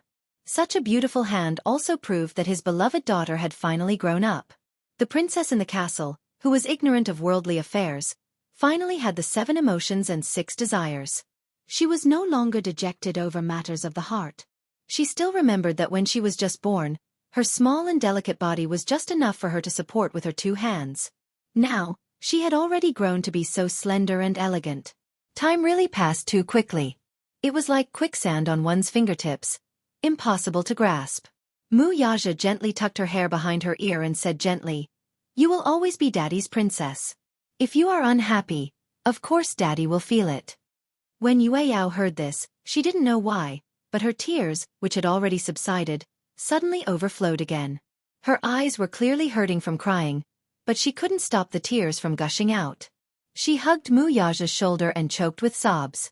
"I won't marry in the future. I want to be with Daddy and Mommy for the rest of my life." When Mu Yaja heard this, he almost blurted out, "Okay." His daughter said that she didn't want to marry. This was what he hoped for the most. It was said that there were only 2 happy days when a son was born. The first was the day he was born, and the second was the day he married his wife. It was also said that from the day a daughter was born until the day she got married, it was blissful. The rest was melancholy. However, he clearly knew that her words were just a spur of the moment. He was just a passerby in her life. Sooner or later, there would be a man who would hold her hand. Chapter 175. Sooner or later, there would be a man who would hold her hand, and no matter how reluctant he was, he would still have to entrust her hand to that man. But, no matter what kind of man it was, as long as he bullied her and made her cry, even if it was her own wishful thinking, she couldn't let him know. Because she would forgive that man, but he wouldn't. However, Mu Yaja still felt warm inside when he heard her words. Why else would they say that a daughter was her father's lover in his previous life? It was so heartwarming. "Daddy, let's not go home tonight, okay?" Mu Yueyao was a little worried. After all, she reeked of alcohol. Although Mu Yaja was protecting her, if Yun Shirshir caught wind of it, she wouldn't be able to escape a scolding. She didn't want to make Yun Shirshir angry. Because, no matter how protective Mu Yaja was of her, he was her father and also her husband. The only request he had for his daughter was to try her best not to make her mommy angry. Yun Shirshir was such a reasonable person that she wouldn't be unreasonable. If Yun Shirshir found out that she had gone to drink again, she would definitely be angry. Mu Yaja also guessed what she was thinking. "What's the matter? Are you afraid that mommy will get angry when she smells the alcohol on you?" "I promised mommy that I wouldn't drink." Mu Yueyao sighed and sobered up a little. When she thought of Yun Shirshir's gloomy face, she actually started to feel a little scared. Mu Yaja flicked her head gently. "Why did you still drink when you knew?" Mu Yaja asked again. "Have you thought it through?" "What?" "You've drunk and you've had enough trouble these few days. Have you thought it through?" Mu Yueyao lifted her head and looked into Mu Yaja's eyes in a daze. Suddenly, she took a deep breath and her voice trembled a little. You haven't thought it through?" "I've thought it through." Mu Yueyao finally said seriously, "I've decided to let him go." For some reason, looking at Yueyao's casual expression, Mu Yaja's heart ached even more. He understood that she had not let go at all. Her face was full of reluctance and heartache, but she had decided to let go. It was probably because she was disheartened and did not want to wait any longer. "I know that there are some things that can no longer be undone, but I don't want him to trample on my pride anymore." Mu Yaja said indifferently, "It's good that you've thought it through. Daddy, I really envy you and Mommy." Mu Yueyao sighed from the bottom of her heart. "Your relationship with Mommy is really good. I rarely see the two of you fighting. When I was young, I thought that if there was a man who could dote on me like how Daddy dotes on Mommy, I would be willing to do anything for him." "Impossible." "Why?" Mu Yueyao was a little puzzled and retorted, "Daddy is not the only good man in this world." Mu Yaja smiled. "But in this world, there is only one Daddy." While Yueyao was in a daze, Mu Yaja continued, "In this world, there is only one Mommy. The relationship between your Mommy and I can't be replicated." "Can't be replicated?" "It's the same for relationships. You can't use your request for Daddy to ask another man." Mu Yaja's words had a deeper meaning. Yueyao felt that his words were a little complicated and difficult to understand. "Daddy, what do you mean?" "It's fine if you don't understand." Mu Yaja gently stroked her hair on her forehead. "Go back to the room upstairs and sleep for the night. Come home with me tomorrow?" Chapter 176. Yueyao was so tired that she was barely conscious. She leaned on Mu Yaja's shoulder and nodded to herself. It was obvious that she was exhausted. Mu Yaja carried her, his heart aching. He walked out of the door and headed upstairs. The 5th floor and above were all private rooms. Mu Yaja had specially prepared a princess suite for Yueyao. No one else was allowed to use this room under any circumstances. However, the room would be meticulously cleaned every 2 days to keep it clean and tidy. After Mu Yaja carried Yueyao into the room, she was already sleeping soundly in his arms. A certain man frowned in disdain. He despised the fact that his daughter reeked of alcohol, and it was inconvenient for him to help her wash up. It wasn't as if he couldn't get someone to serve her. However, seeing that she was sleeping so soundly, Muyaja couldn't bear to wake her up. Hence, he laid her flat on the bed and covered her with the blanket, allowing her to sleep soundly. The next day, When Yueyao woke up, it was already late in the morning. she opened her eyes and felt nauseous like a tidal wave. Yueyao kicked the blanket away weakly. Just as she turned over, she felt a tremor in her body as if something was tumbling violently. She opened her mouth and almost vomited on the carpet. However, a hand had already passed her the rubbish bin in time. After Yueyao finished vomiting, the foul smell from the rubbish bin made her almost unable to open her eyes. "Are you done vomiting?" A man's steady and powerful voice came from beside her. Yueyao woke up abruptly and turned her head in embarrassment. She saw Muyaja looking at her calmly. "Daddy." Even though she had been vomiting like this for the past few days and had been drinking heavily, Muyaja suddenly felt embarrassed when he saw her vomiting in such a sorry state. Are you done vomiting?" "A little more." Muyaja didn't know whether to laugh or cry. He laughed and said, "Brew a little more?" As he spoke, he placed the rubbish bin at her door. He sat at the side and didn't say anything, just looking at her.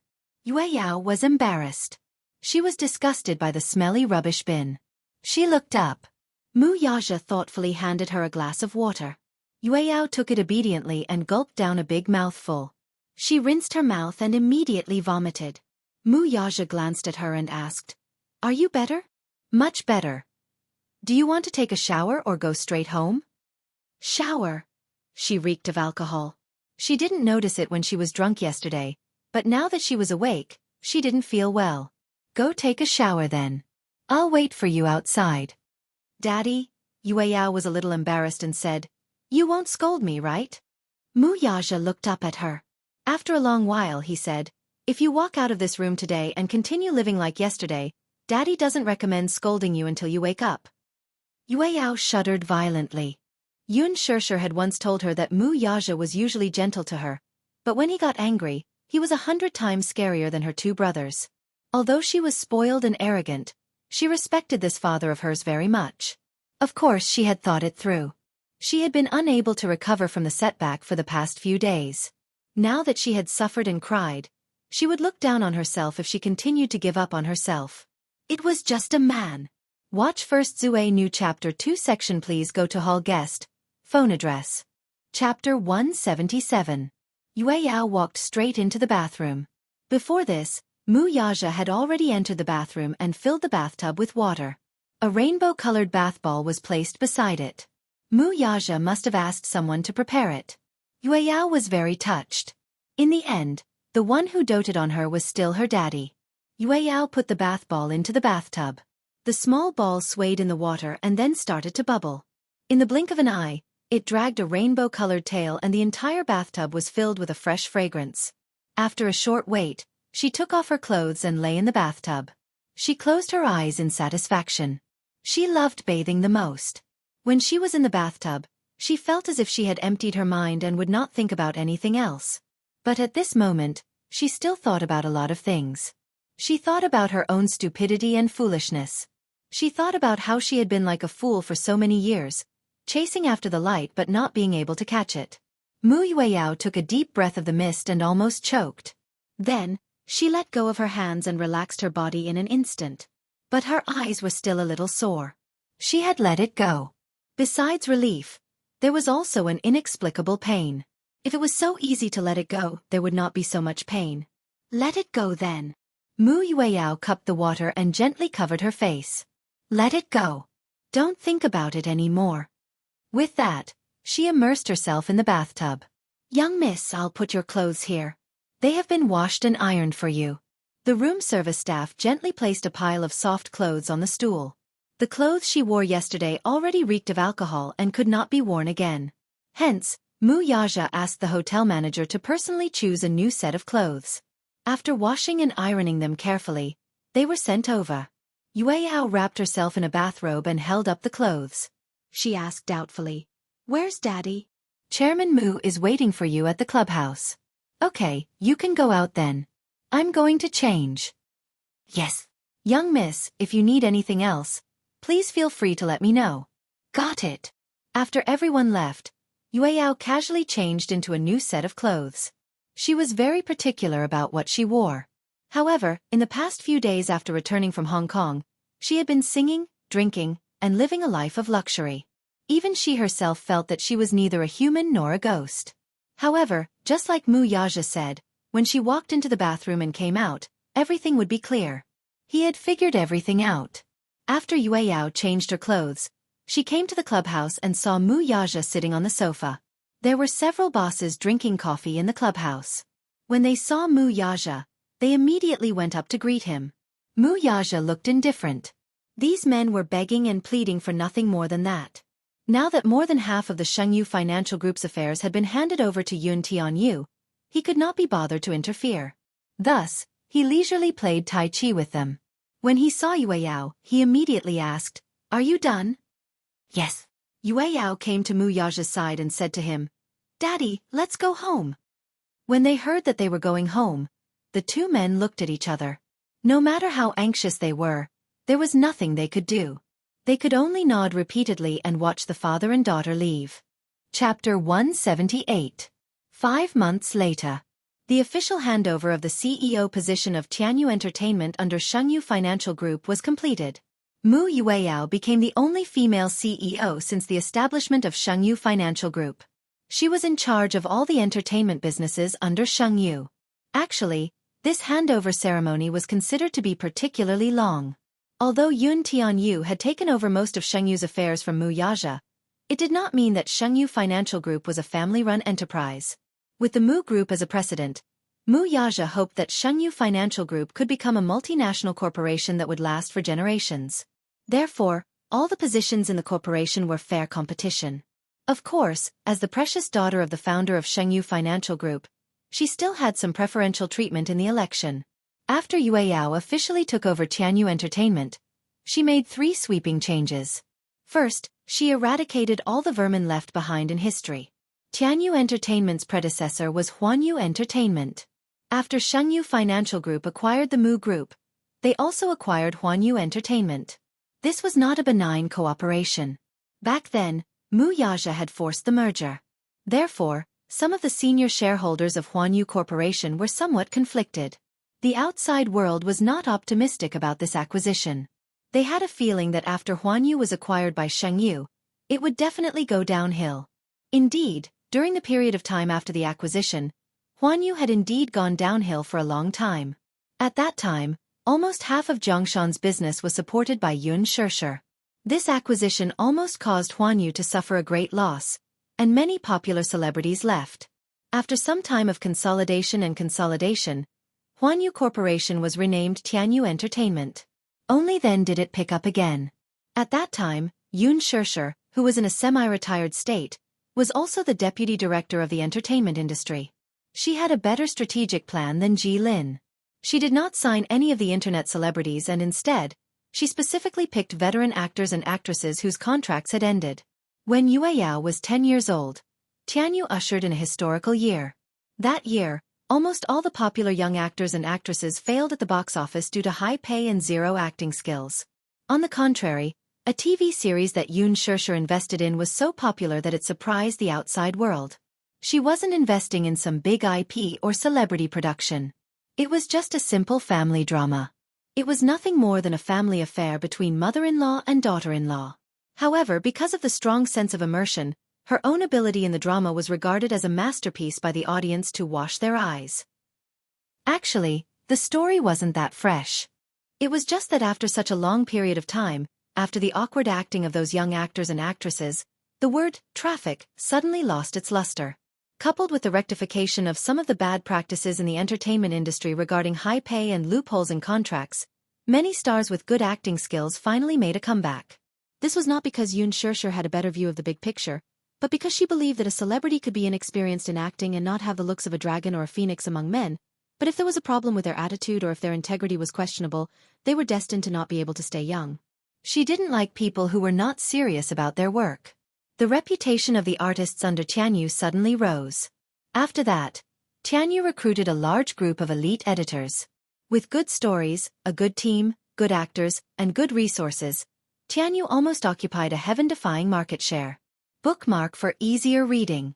Chapter 179. However, even with such heaven-defying resources, there were still some people who did not agree with each other. Because of the historical problems left over from the period of Huan Yu and some vermin in the company, during the handover period, Mu Yueyao got rid of all these people in one fell swoop. This method won her the favor of everyone in the company. After all, there were some people that the previous dynasty couldn't touch. However, Mu Yueyao was different. As a new official, she had power and courage. Originally, Yun Shishir didn't want Mu Yueyao to handle the Vanity Fair. The Mu family was rich. To put it bluntly, even if Mu Yueyao stayed at home, she could still sit on the wealth that she couldn't spend for centuries. Her two elder brothers were influential figures, and their parents had accumulated wealth that could rival a country. Yun Shishir's idea was for Yueyao to be able to do what she liked. However, she didn't know what her daughter had experienced. Overnight, she became less lively and talkative than before. At the same time, she strongly requested to inherit Tianyu Entertainment. Although Yun Shishir didn't agree, Mu Yaja let her have her way. Although Yun Shishir didn't understand, she believed in one thing when it came to educating children. That was, it was good enough for one of the husband and wife to make the decision.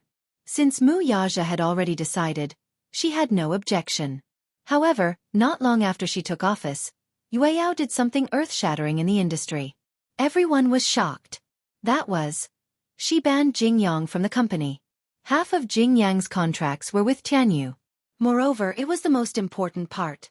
Apart from commercial endorsements and variety shows, Tianyu had full authority in film and television. In other words, if Mu Yueyao wanted to ban Jing Yang, she could simply open her mouth and close it. However, Jing Yang was facing a variety show and had nowhere else to go. This was only known to the company's insiders. No one outside knew. Soon, Jing Yang's studio caught wind of the news. Overnight, all the discussions were terminated. Although there was freedom in variety shows, because of Mu Yueyao's ban, everyone panicked and didn't know if they should continue to invite Jing Yang to work with them. Almost everyone was surprised. In everyone's eyes, Mu Yueyao's care and admiration for Jing Yang was unparalleled. What exactly had happened that made her so heartless as to ban Jing Yang? Jing Yang was not surprised when he found out. He knew that Yueyao would do this. She must hate him. Otherwise, she wouldn't be so cruel to take such a measure. Everyone in the studio panicked. Apart from Jing Yang, no one was calm. The manager knew about the relationship between Mu Yueyao and Jing Yang. He also knew that something must have happened between the two of them. Seeing Jing Yang's indifferent expression, he couldn't help but become anxious. Jing Yang, say something. Why are you acting like nothing happened? Why did they ban you all of a sudden? There must be some kind of misunderstanding. Misunderstanding? Jing Yang smiled helplessly. Since she hates me so much, let her hate me. I owe her this. His manager asked tentatively, why don't you go and see her? What's going on? No matter what, you have to find out. No need, Jing Yang said and didn't want to say anything else. Watch first episode Zue new episode chapter 2 section please go to Hall of Visitors, mobile address. Chapter 180. The door suddenly opened. A middle-aged man in a suit walked in. Even though he looked a little old, he still looked extremely handsome. His demeanor hadn't changed. He still looked as elegant as ever. When he walked in, everyone was silent. No one dared to speak. Jing Yang still looked indifferent. When he saw the man, he looked up and said indifferently, Mr. Chen. Chen Yongke was the boss of Jing Yang's studio. He was in charge of all the affairs of Jing Yang's Asia-Pacific division. Chen Yongke glanced at him. Even though Jing Yang looked like nothing had happened, it was impossible not to see the dispirited look in his eyes. He pretended not to see it and sat down opposite him. Pretending as if nothing had happened, he asked, What's going on? Nothing. Nothing. Chen Yongke sneered. Nothing. Did she help you ban you? The whole industry is saying that you offended the princess of the imperial family. She wants you to be kicked out. Jing Yang remained silent. Chen Yongke looked around. The people around him immediately understood and left. When only he and Jing Yang were left in the room, Chen Yongke stood up and paced back and forth a few times. Finally he said, Jing Yang, it seems like you haven't understood the seriousness of the matter. Now, you're going to be banned. This is such a big matter. Instead of resolving it, you're sitting here with such a face. What are you doing? What's the meaning of this? Jing Yang was still expressionless. She's the one who wants to ban me. I didn't beg her to ban me. Am I supposed to suck up to her and beg her to let me off and be merciful? Chen Yonka did not speak. After a long while, he smiled coldly. Others may not know the relationship between you and the Mu family's daughter, but I know it very well. You should know better than me what's going on, right? Jing Yang looked away. You're running away, Chen Yonka said mercilessly. Hurry up and go over. Whether you beg for mercy or be shameless, you have to resolve this matter as soon as possible. Otherwise, you can say that you're wasting all our energy and time. When Jing Yang heard that Chen Yonka wanted him to look for Yue Yao, his face darkened. Why? Of course you have to deal with your own problems. Don't tell me you want us to clean up after you? Jing Yang smiled. If she wants to ban me, it's just a matter of words. I can't do anything about it. You have a way. I didn't. Even if you don't have a solution, think of one for me. Jing Yang remained silent. Chen Yonka couldn't bear to see him like this. He suddenly walked over, stretched out his hand, and grabbed his collar. Now think of a way. President Chen, don't force me. You think I want to? Chen Yonka said angrily, you know, when you set up your personal studio, I invested 20 million. And this is just the initial funds. Later on, I invested tens of millions, and this studio signed a contract worth hundreds of millions. Just because of your personal matter, all our hard work is going to go down the drain. Jing Yang, don't be too self-righteous and selfish. Chen Yonka roared, and Jing Yang was like a mute, unable to speak. I don't care how difficult it is for you. You must settle this matter for me. Do you understand? Chen Yonka let go of him and continued, you're not enemies. Why do you have to do this? Chapter 181. Jing Yang just stared at the cup on the coffee table and did not say a word. Chen Yonka knew that he was being very aggressive. But he knew what he was doing. Jing Yang was his artist and he knew his character very well. They had worked together for so many years and Jing Yang had made a lot of money for him. He would not make things difficult for him over such a small amount of money. He just couldn't stand it. They were not enemies. Especially after he came back from Hong Kong, he was always holding a ring in a daze. On the surface, he looked calm, but Chen Yonka knew that he must have been hurt badly. Jing Yang, are you suffering from self-abuse? Chen Yonka squatted down and looked at him seriously. But inadvertently, he noticed that the corners of his eyes were bloodshot. When he saw it, his heart ached and he was angry that he did not fight back. But he did not say anything. He felt that he had made it clear enough. You can either talk to her or just quit the entertainment industry. Don't waste everyone's time. Jing Yang said gloomily, don't worry, I will take care of it. Chen Yonka was stunned and suddenly snorted. This is your business. You have to be responsible for yourself. Put everything else aside. At the Moon Palace, Jing Yang held the business card. On it was the contact number of Tianyu Entertainment's public relations director, Han Guoyu. He also found out that Mu Yueyao was entertaining at the Moon Palace through him. He did not know why he was in a daze. In his heart, Mu Yueyao had always been a princess-like existence. She lived a good life and the word entertaining should be very distant to her. When he found out that she had taken over Tianyu Entertainment, he was a little surprised. But on second thought, as the CEO of Tianyu Entertainment, it was inevitable that she would have to entertain people. Jing Yang walked into the club and stated his purpose of visit. The manager looked very cold. President Mu is busy. It is not convenient for him to introduce you. Jing Yang turned around and wanted to leave. But he suddenly recalled Chen Yonka's words. He braced himself and turned around again. I have something important to discuss with her and I need to see her now. She won't see you.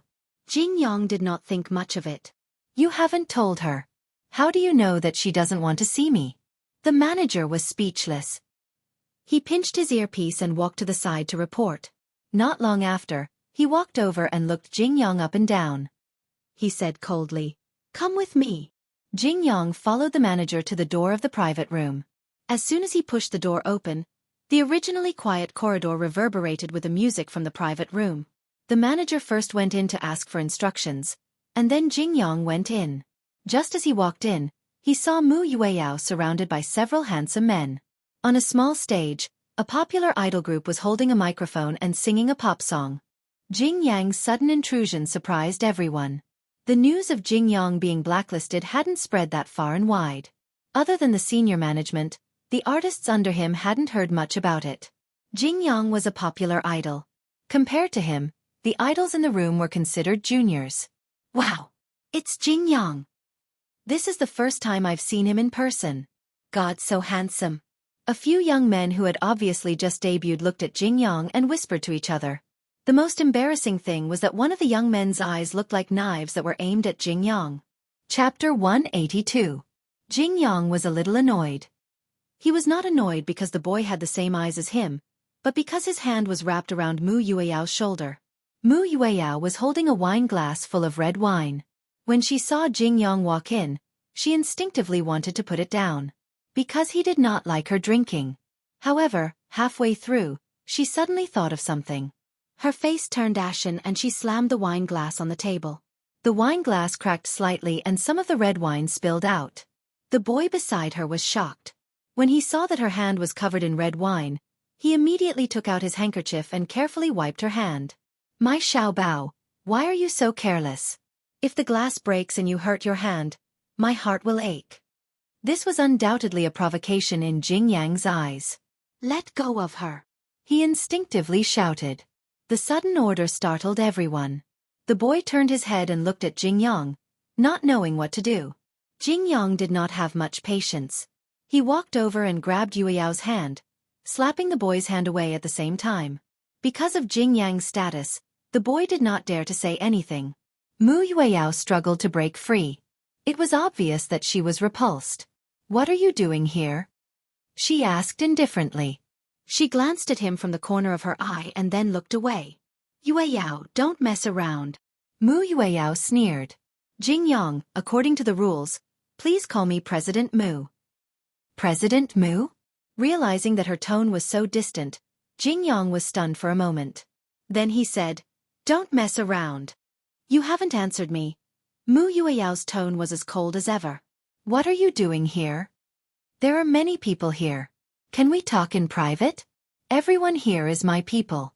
There's no need to avoid." After a pause, Mu Yueyao asked without hesitation, "You're just here to verify whether the decision to ban you came from me." Jing Yang remained silent. Mu Yueyao took a deep breath. So, it was really because of this. Although she had expected it, she still felt very disappointed. If it were not for this, he would never have taken the initiative to appear in front of her. Mu Yueyao said calmly, "I was the one who made the decision to ban you. You don't have to be surprised about this, and you have no right to object. Please think about this carefully." Jing Yang said, "I know that you have a lot of dissatisfaction with me, but there is no need to vent your anger on others. I don't care if you want to ban me, but the studio under my name is affected. I can't sit back and do nothing." "So?" Mu Yueyao shrugged. "Even if you're dissatisfied, it doesn't affect my decision. What do you want?" Jing Yang was a little angry. "You don't have to target me from this angle. Jing Yang, don't be so arrogant. Look at all the people in this room." Her looks weren't bad, and she was good at singing and dancing. Her acting skills weren't bad either.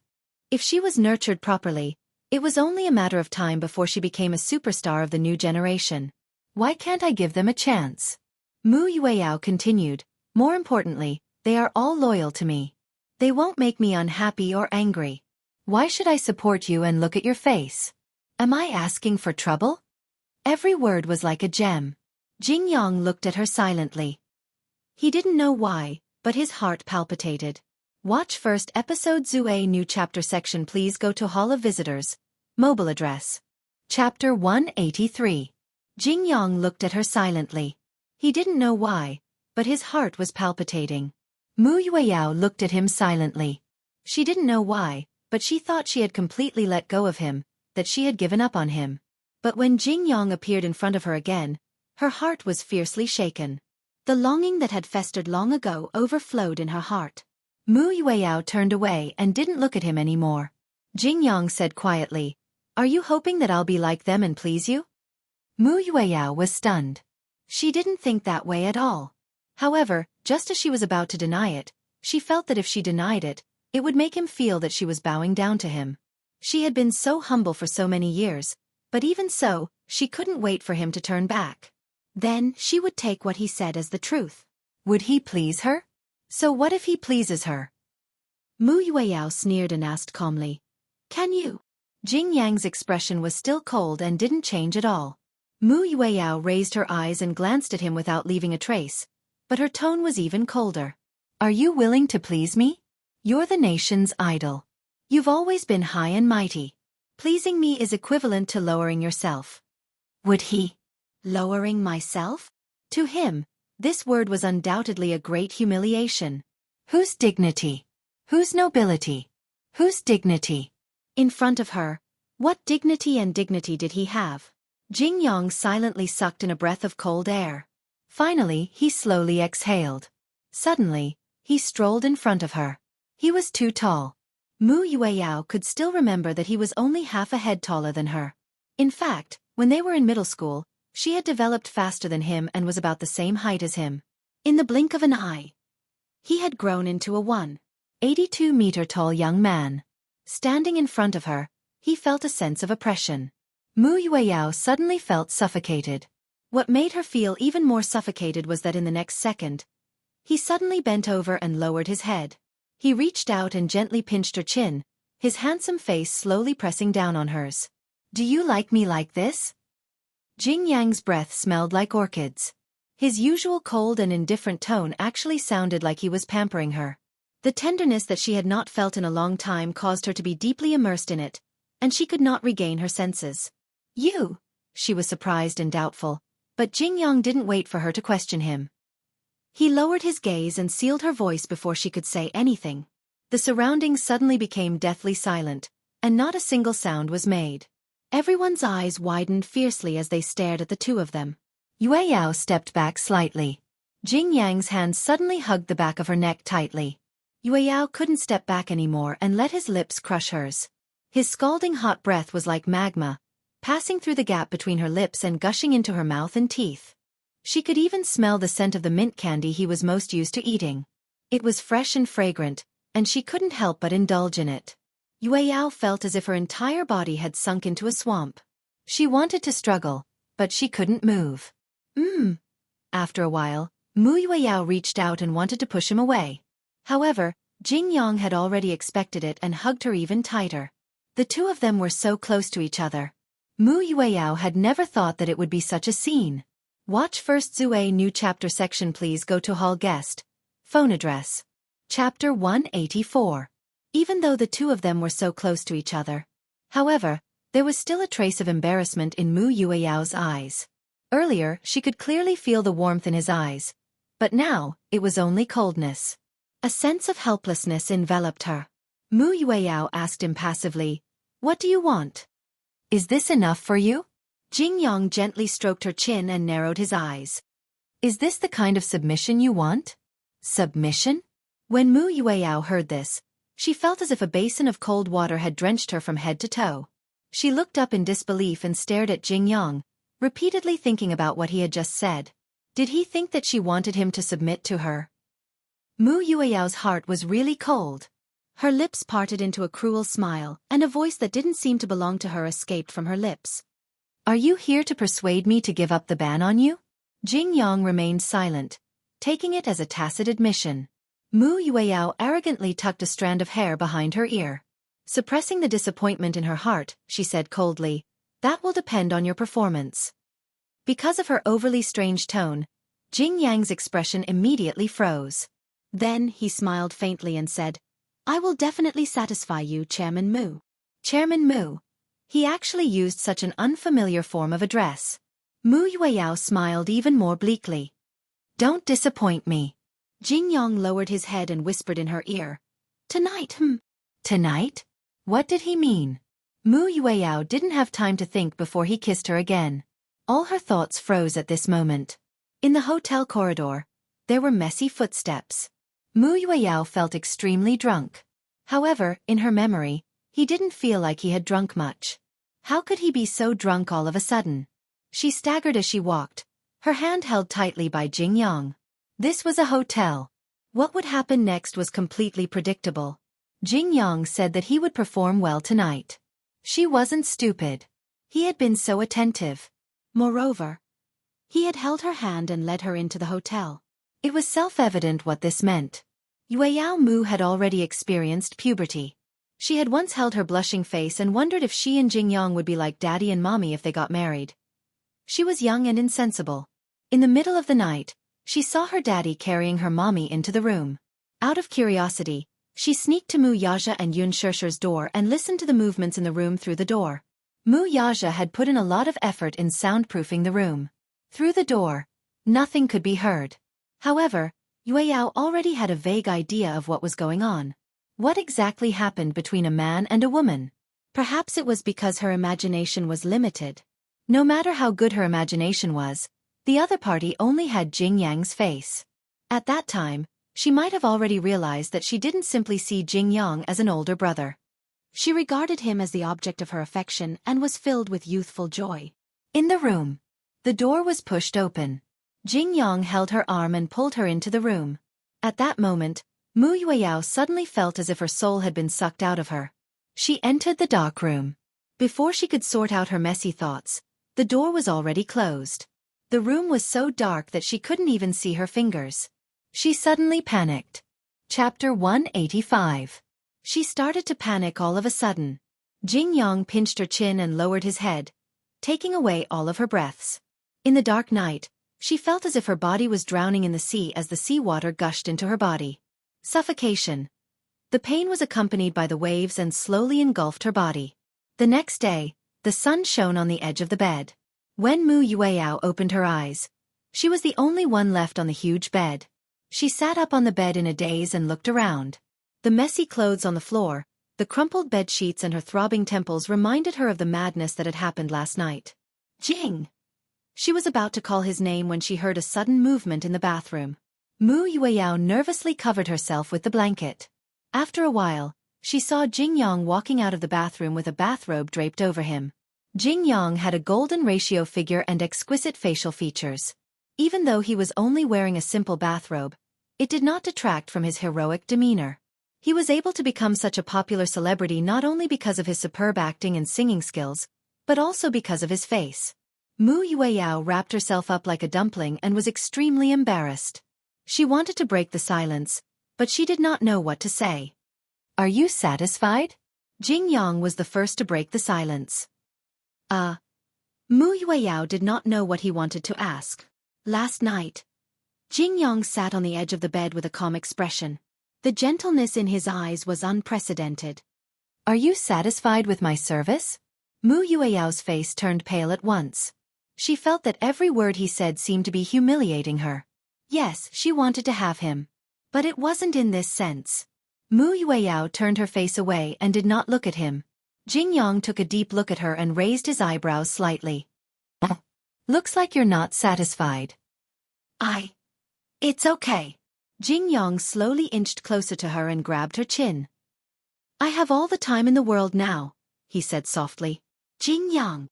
Yueyao finally couldn't take it anymore. "Don't go overboard." However, Jing Yang ignored her warning. His hands entwined with hers, trapping her in this world and kissing her lips. His kiss seemed to have a magical power. When she touched his lips just now, it was as if she had been poisoned, and she could no longer move. Mu Yueyao struggled with her last bit of rationality. "Jing Yang, don't do this. Don't you like it?" Jing Yang leaned over. Mu residence. Mu Yueyao did not return home for the entire night. Mu Yaja's expression remained the same. The manager of the clubhouse called and reported Mu Yueyao's whereabouts. The manager said that Mu Yueyao had been with Jing Yang and had not left the clubhouse. Mu Yaja was relieved. Yun Shishir was still worried when she heard that. These two fellows seem to have some conflict recently? Is it really not a big deal? Mu Yaja said disapprovingly, "Let the youngsters solve their own problems. Why are you getting involved?" Yun Shishir pouted. "I'm a youngster too, okay?" Could it be that in your eyes, I'm already an old woman? Mu Yaja grunted. You're an old woman. What about you? Then aren't you a stinky old man? What's there to dislike about an old man if I'm an old woman? You. As the two of them bickered, Yun Shirshir forgot that Yue Yao had not returned home for the entire night. Quick, praise your wife for being beautiful. Chapter 186. Daddy.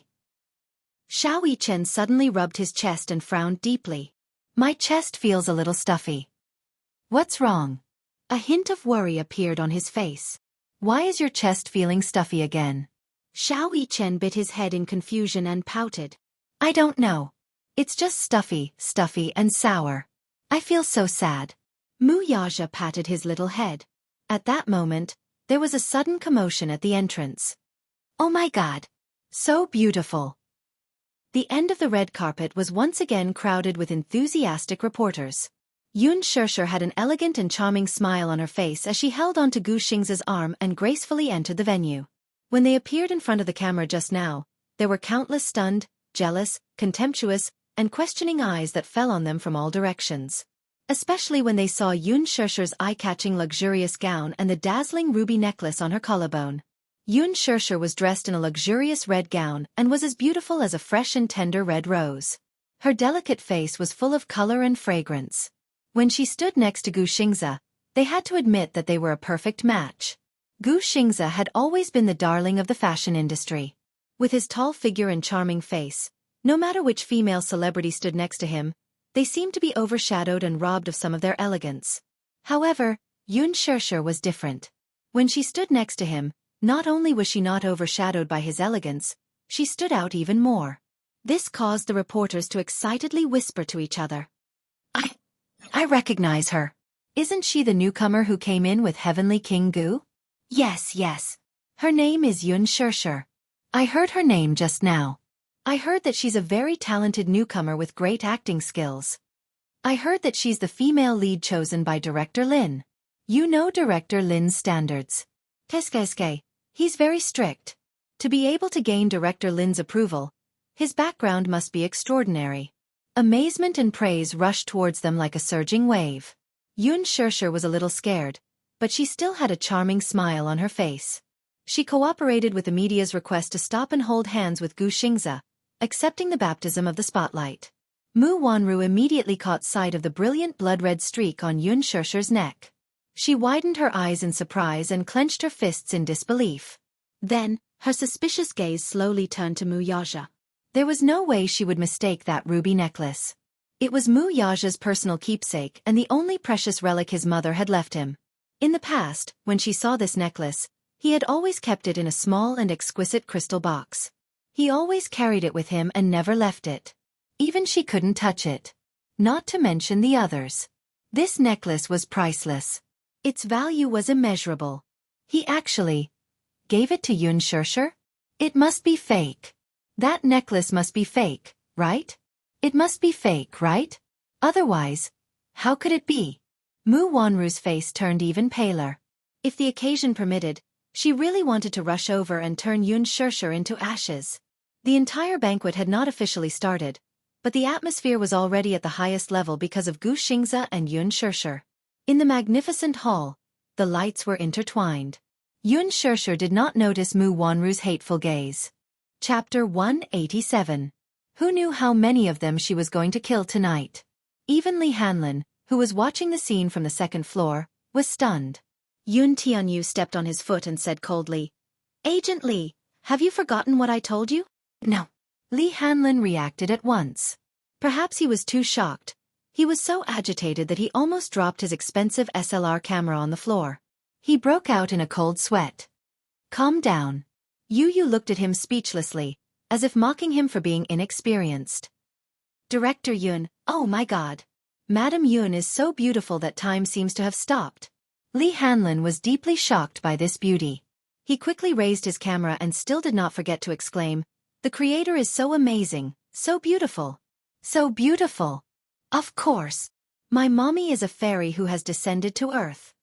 Yu smiled knowingly as he looked at his mommy affectionately. His eyes were filled with tenderness and warmth. Sister Jingtian, isn't that? Yun Shirshir? Oh my god. She's so beautiful in her gown. Tang Yu, who was at the VIP table, exclaimed when she saw Yun Shirshir. She nudged Lu Jingtian, who was toasting with others, in disbelief. The latter turned around unhappily and coldly said, "What's with the noise? Are you inexperienced? Seriously. Do you still remember her? She's the newbie that Director Lin has been grooming recently. The necklace on her neck is so beautiful. It's actually a pigeon's blood ruby." Lu Jingtian's heart skipped a beat. She followed Tang Yu's line of sight and was shocked too. That necklace looks so familiar. She seemed to have seen it somewhere before and had a deep impression of it. Suddenly, a white light flashed in her mind. This isn't. Lu Jingtian's eyes flashed with surprise and then a fire of jealousy ignited in her. That necklace was a one-of-a-kind item in the world. She had only seen it on Brother Mu's wrist before. She heard that this necklace meant a lot to him and was regarded as his life. She was very fond of this necklace at first, so she begged him to let her have it. However, she accidentally angered him. At this point, she no longer dared to covet this necklace too much. It was rumored that this tear of rose was the last work of Jean Toomer-son, the top Italian jewelry designer of the last century. After that, many jewelry designers used it as a source of inspiration to design many exquisite diamond necklaces. However, pigeon blood rubies were rare in the world. This rose's tear could be said to be the queen of gems at the end of the last century. Why was it on her? The suspicion in Lu Jingtian's eyes deepened, but what was more hidden in them was undisguised jealousy and hatred. She was going to steal all the limelight at tonight's cocktail party.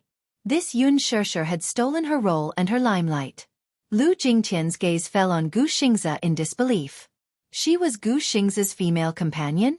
Lu Jingtian had previously invited Gu Xingze to be her male companion tonight, but she was mercilessly rejected by the latter, saying that he already had a date. She had been disappointed and thought that she was an international superstar invited by Huanyu Entertainment. It was actually her? A newcomer who had yet to debut? What was this? Lu Jingtian's heart was in turmoil. Chapter 188. When Yun Shirshir walked past her, she secretly stuck out the tip of her foot from under her dress. Perhaps her gaze was too sharp, so it attracted Yun Shirshir's attention. She had learned from her mistakes. Earlier, when she saw Yangmi making things difficult for Yun Na, she was very mindful of her feet. The gala was a solemn occasion.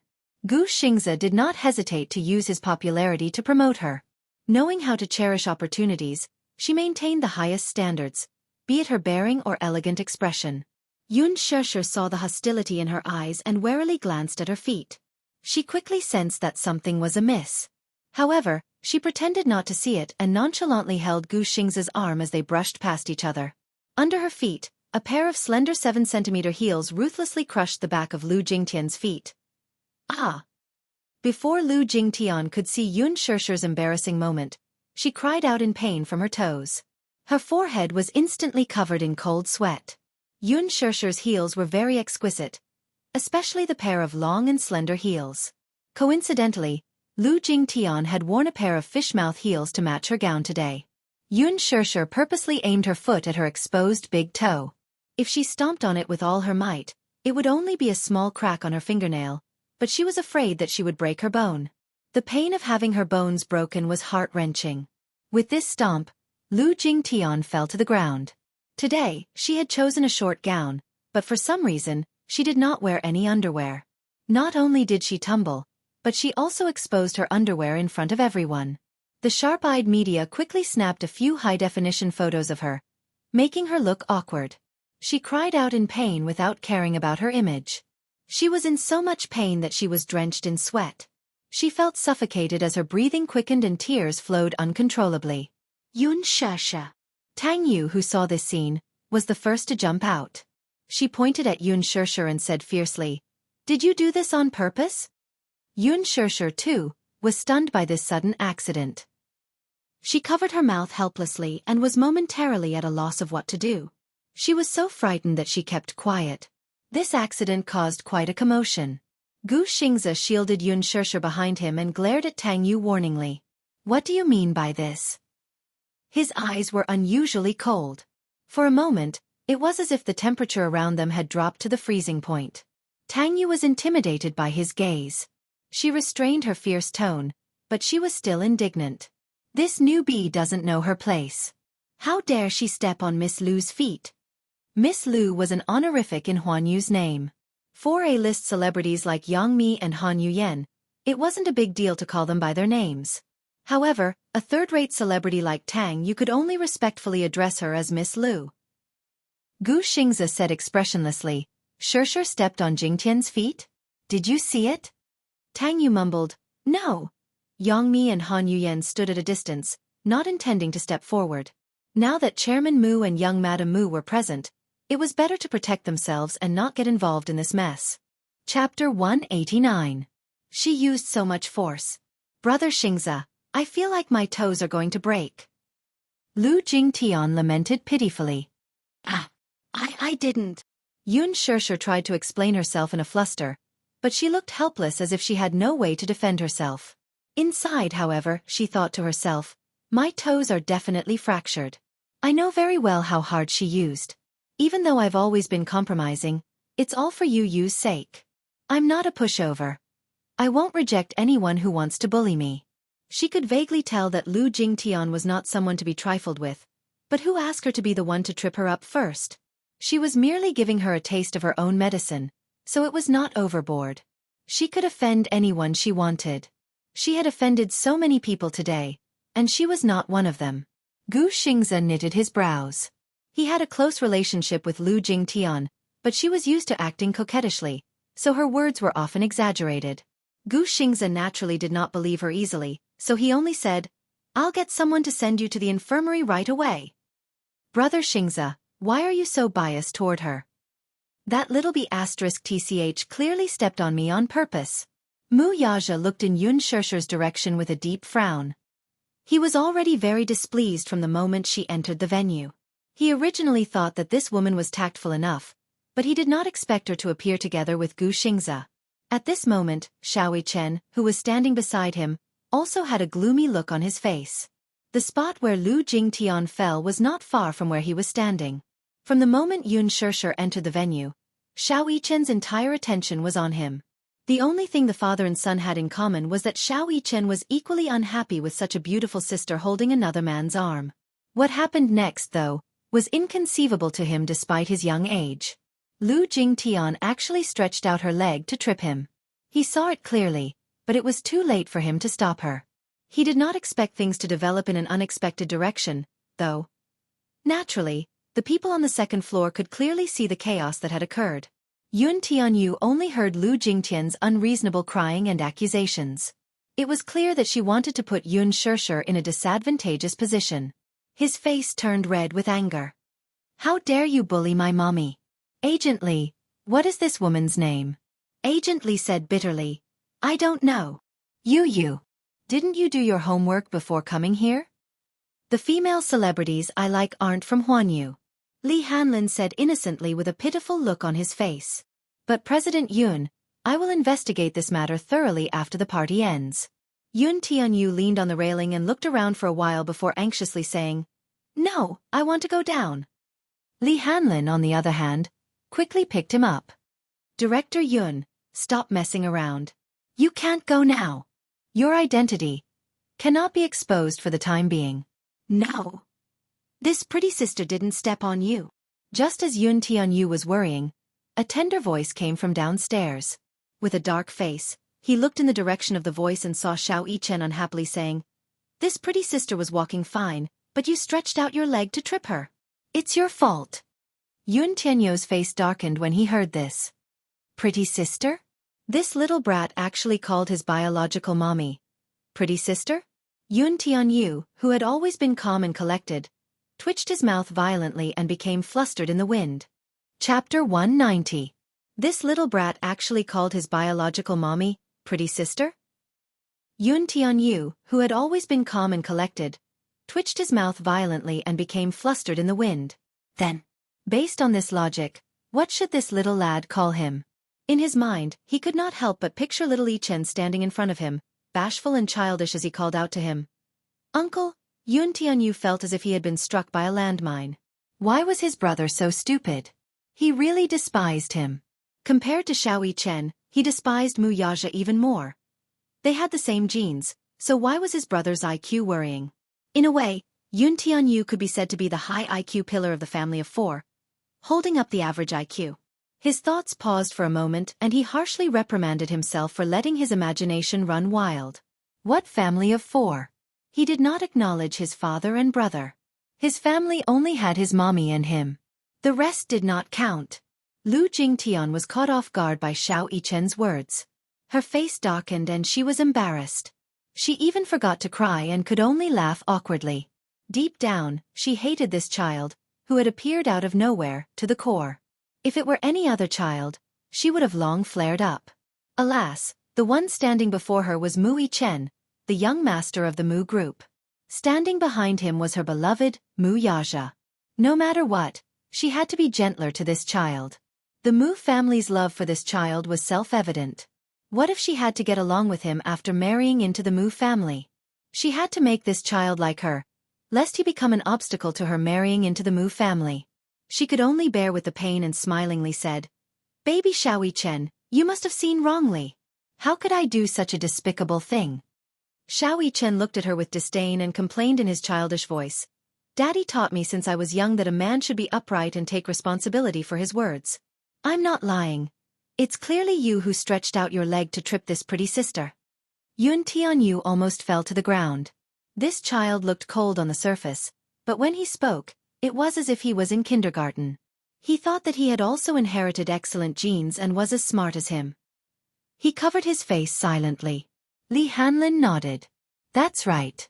That's more like a 6-year-old kid. President Yun, your IQ and EQ are already heaven-defying." Xiao Yichen's words stirred up a commotion among the guests. Children's words are never fake. Moreover, for a prestigious family like the Mu group, their upbringing must be very strict.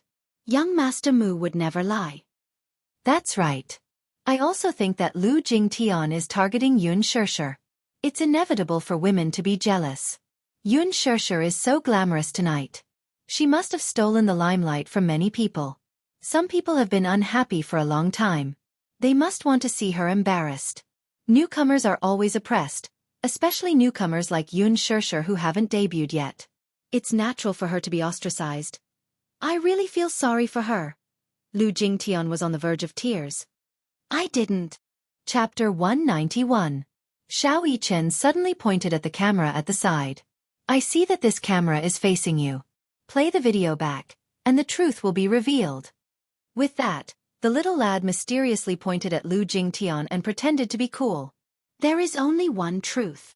After saying this, he actually raised his chin in self-satisfaction, thinking that he had said something cool. Everyone fell silent. Even Yun Shishir was stunned by Xiao Yichen's amusing act. Mu Yaja could no longer maintain his calm composure, and his lips curled into a smile for some reason. Upstairs, Yun Tianyu was completely petrified. Is he joking? Gu Xingze let out a pft, as he was amused by Xiao Yichen's amusing look. Ha ha ha. The guests were also tickled by the little guy's adorable side. Yun Shishir, who was standing among the crowd, looked at Xiao Yichen.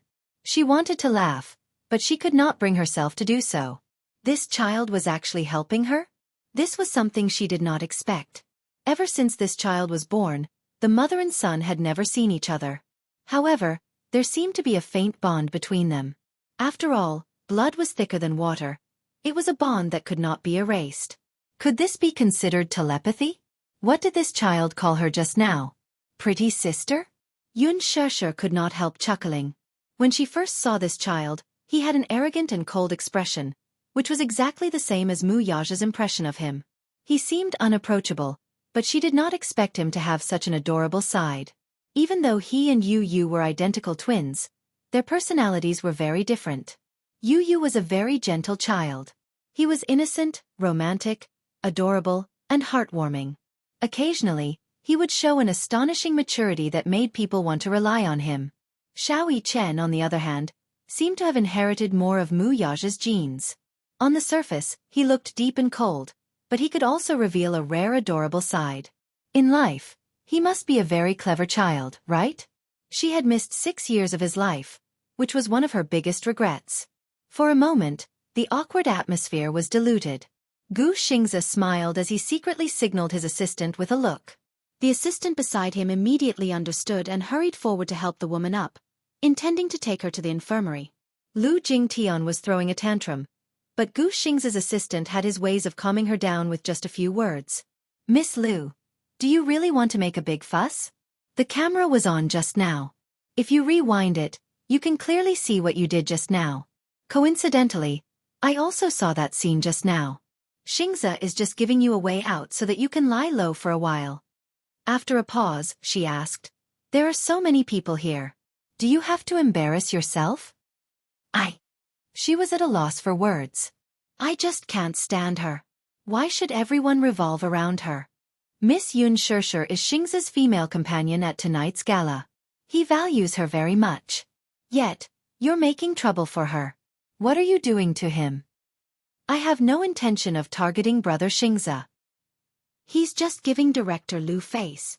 Don't do this again next time. Sorry. She finally calmed down and allowed the assistant to help her to the infirmary. This storm had finally come to an end. Chapter 192. In the infirmary, Gu Xingze's assistant, Jin Yu, helped Lu Jingtian into the room. The bed closest to the door was covered in blood. On the bed lay an unconscious woman. Jin Yu was shocked by this terrifying scene. What's wrong with this person? She did not recognize the poor woman in front of her because the person on the bed was already beyond recognition. She did not recognize her, but Lu Jingtian knew who she was. Was it not her fault that Yun Na ended up in this state? Her face was covered in blood.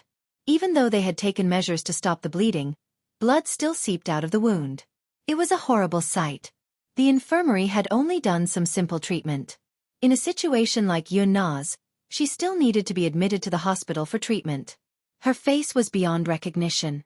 She was really beyond recognition. For a woman, her life would be completely ruined if her face was in such a state. A cocktail party had completely ruined her bright future. Lu Jingtian had been heavy-handed, but she did not expect this to happen in a fit of anger. For a moment, she was a little shocked and regretful. Therefore, when she pushed the door open and saw Yun Na's miserable appearance, she felt a little guilty. She did not mean to hurt her, but this woman was too shameless. In her anger, she lost her mind. By the time she came back to her senses, her face was already disfigured. Although the eyebrow shaver was small, it was sharp enough. The wound on her face was not deep, but there was a lot of blood. More than a dozen scratches were densely packed and crisscrossed, making it look shocking. However, she had already called her father. Soon, he would send someone over to deal with this matter. When the matter was exposed, at most, they would have to compensate a few 100,000 yuan, appease the family's emotions, and suppress the limelight. This matter would be over just like that. If Yun Na wanted to make a big deal out of this matter, she could bribe a substitute to take the blame for her, and this matter would end there. It was easy to deal with a person without power or influence. Lu Jingtian said to Jin Yu, "Please call an ambulance for me. This place is too disgusting. I can't stay here any longer." All right. Jin Yu did not know that there was something fishy about this matter, so she called an ambulance for her. She walked out of the door and dialed the emergency number. Lu Jingtian's foot must have been fractured. Jin Yu knew this in her heart. With such high heels, it would be strange if he wasn't crippled. Once there was no one else in the room, she boldly walked to the bed and lifted the person on it with the tip of her foot. When there was no response, she frowned, a little worried that the person might die. She remembered kicking this woman's vitals several times when she was teaching her a lesson. Could she be dead? She stretched out her hand and checked her breathing. Only when she sensed her rapid breathing did she heave a sigh of relief. Bitch, don't blame me for being ruthless. You deserve it. Just as she finished speaking, she wanted to withdraw her hand, but her wrist was suddenly held tightly by that blood-stained hand. Lu Jingtian's eyes widened in shock. The person on the bed suddenly opened his eyes. His face was ferocious and his eyes were wide open. His eyes were red as if they were filled with blood. He was like a malicious spirit from purgatory. It was extremely terrifying. I will kill you. I'll kill you. Yun Na seemed to have woken up from a nightmare.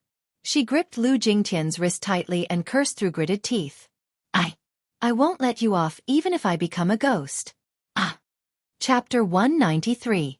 Let go. A minute. Lu Jingtian was so frightened that she raised her hand to slap Yun Na. Only then did she manage to break free from the latter's grasp and limp out of the door in a panic. She bumped into Jean Yu, who had just contacted the emergency center. Seeing her flustered look, Jean Yu asked curiously, "What's wrong?" "Hurry up and send me to the hospital." Even though Jean Yu found her odd, she did not want to probe further. Some things were not good to know too much. The vintage palace-style banquet hall, with its exquisite murals and richly ornamented ceiling, gave one the illusion of being in a luxurious palace. After the opening speech by several heavyweight guests from Huanyu Entertainment, it was time for the ball. In the hall, elegant music filled the air. After experiencing all the previous incidents, Han Yuyen and Yangmi finally behaved themselves. They were considered veteran artists and naturally knew how to act according to the occasion. Hence, they did not make things difficult for Yun Shishir again. Lin Fengtian arrived late. The moment he entered the venue, he was surrounded by female stars, who took turns to flatter and toast him, all for the sake of befriending him. After putting in a lot of effort, Zhang Xian's good mood was ruined. Yun Shishir walked over leisurely with Gu Xingze on her arm. Lin Fengtian's eyes lit up when he saw them, and he exclaimed, "Shishir! Oh gosh! You're so beautiful tonight!" The two producers behind him and the assistant director in charge of casting were also stunned by her beauty, and they were not stingy with their compliments.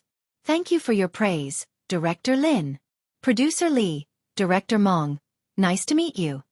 Yun Shishir greeted them with a polite smile. "Miss Yun, you remember our names?" Producer Li was a little surprised, and a look of admiration appeared on his face. You and Director Mong were also present during the audition. It's polite to remember the names of the judges. Director Mong laughed. "Director Lin, you have a good eye for talent. This newbie is very humble and polite. With her beauty and talent, she'll definitely have a bright future." "That's right. When have the people I've chosen ever disappointed you?" Lin Fengtian asked back proudly. Gu Xingze smiled and said, "Shishir is a very polite girl. I like that very much." "I like it too." She did not know why, but her face was inexplicably flushed red. Yes, this was a very good point. Unlike some newbies who think they have good resources and don't take others seriously. Director Mong suddenly changed the topic. "But Miss Yun, let me tell you, if you want to be in Director Lin's film, you have to be mentally prepared. Director Lin was famous for being harsh and picky when it came to filming. Before Han Yuyen became famous, she had appeared in one of his shows and was scolded to tears. TSK. He's known as the devil director in the circle. Who knows how many beautiful girls he's ruined?" Gu Xingze shook his head helplessly. "Yeah, I've also been scolded by Director Lin." "Huh?" Yun Shishir was shocked. "Xingze, your acting has always been good." Gu Xingze pursed his lips and smiled without saying a word. Director Mong laughed and said, "Xingze had just debuted not long ago. When he appeared in Director Lin's show, he was also scolded badly because of one look." Lin Fengtian snorted coldly. "Xingze is so popular now. Doesn't he have to thank me for recognizing his talent?" Chapter 194. Director Lin is very strict when it comes to filming. It's out of respect for his career. When it comes to acting, you have to be strict in order to make a good movie, Yun Shishir said. Everyone looked at each other and exchanged knowing glances. This newcomer was really good and they all approved of her. After the greetings, Gu Xingze pulled Yun Shishir aside and gently whispered in her ear, "Shishir, let's go dance." "But I don't know how to dance. If I don't dance well, it'll be embarrassing." Yun Shishir was a little scared. Gu Xingze winked at her mysteriously. "Why? Don't you believe in Teacher Gu's teachings?" Without any explanation, he held her hand and walked to the center of the dance floor. He taught her the basic gestures and rhythm of the dance. Then, he held her waist and gently held her hand. Yun Shishir also followed his instructions and placed her hand on his shoulder. Their arrival attracted the attention of countless people. The man's handsomeness and the woman's beauty seemed to condense into the most moving picture in the world. At this moment, it made the surrounding area lose its color. Yun Shishir felt the gazes on them and couldn't help but become more timid. "Xingze, don't be afraid. Follow the rhythm." In the VIP seats, Mu Yaja held a wine glass in one hand and his cold gaze fell on the couple in the middle of the dance floor. His eyes slowly condensed into a vicious fog and the joints of his fingers holding the wine glass gradually stiffened. Xiao Yichen sat at the side and stared fixedly at Gu Xingze and Yun Shirshir. He didn't know why, but he inexplicably felt that this man was very annoying. He hugged his arms angrily and his handsome little face was full of indignation. Let's go dance too? Mu Wanru walked over and gently placed her hand on his shoulder. Okay. Mu Yaja pondered for a moment and held her hand. The moment they stepped onto the dance floor, all the guests in the hall focused their attention on them. Compared to Yun Shirshir's clumsiness, who only knew some simple dance steps, Mu Yaja and Mu Wanru's dance was more magnificent. As an upper-class noble, they had been taught from a young age that bearing and dancing were important and inseparable. The elegant dance steps were in tune with the brisk melody, and the exquisite suit set off the man's tall and slender figure. Mu Yaja's graceful dance was captivating. Oh my God, Chairman Mu is so handsome. As expected of the richest family in the capital, even their dancing is so outstanding. His face is like a god's. How can it be so perfect?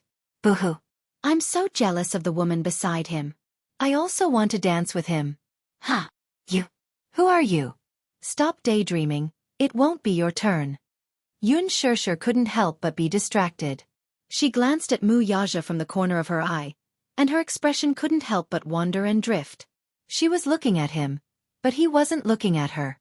His handsome side profile looked so arrogant and unapproachable. She accidentally stepped on the tip of Gu Xingze's shoe. Ah! She exclaimed and looked up apologetically. Her face instantly turned red.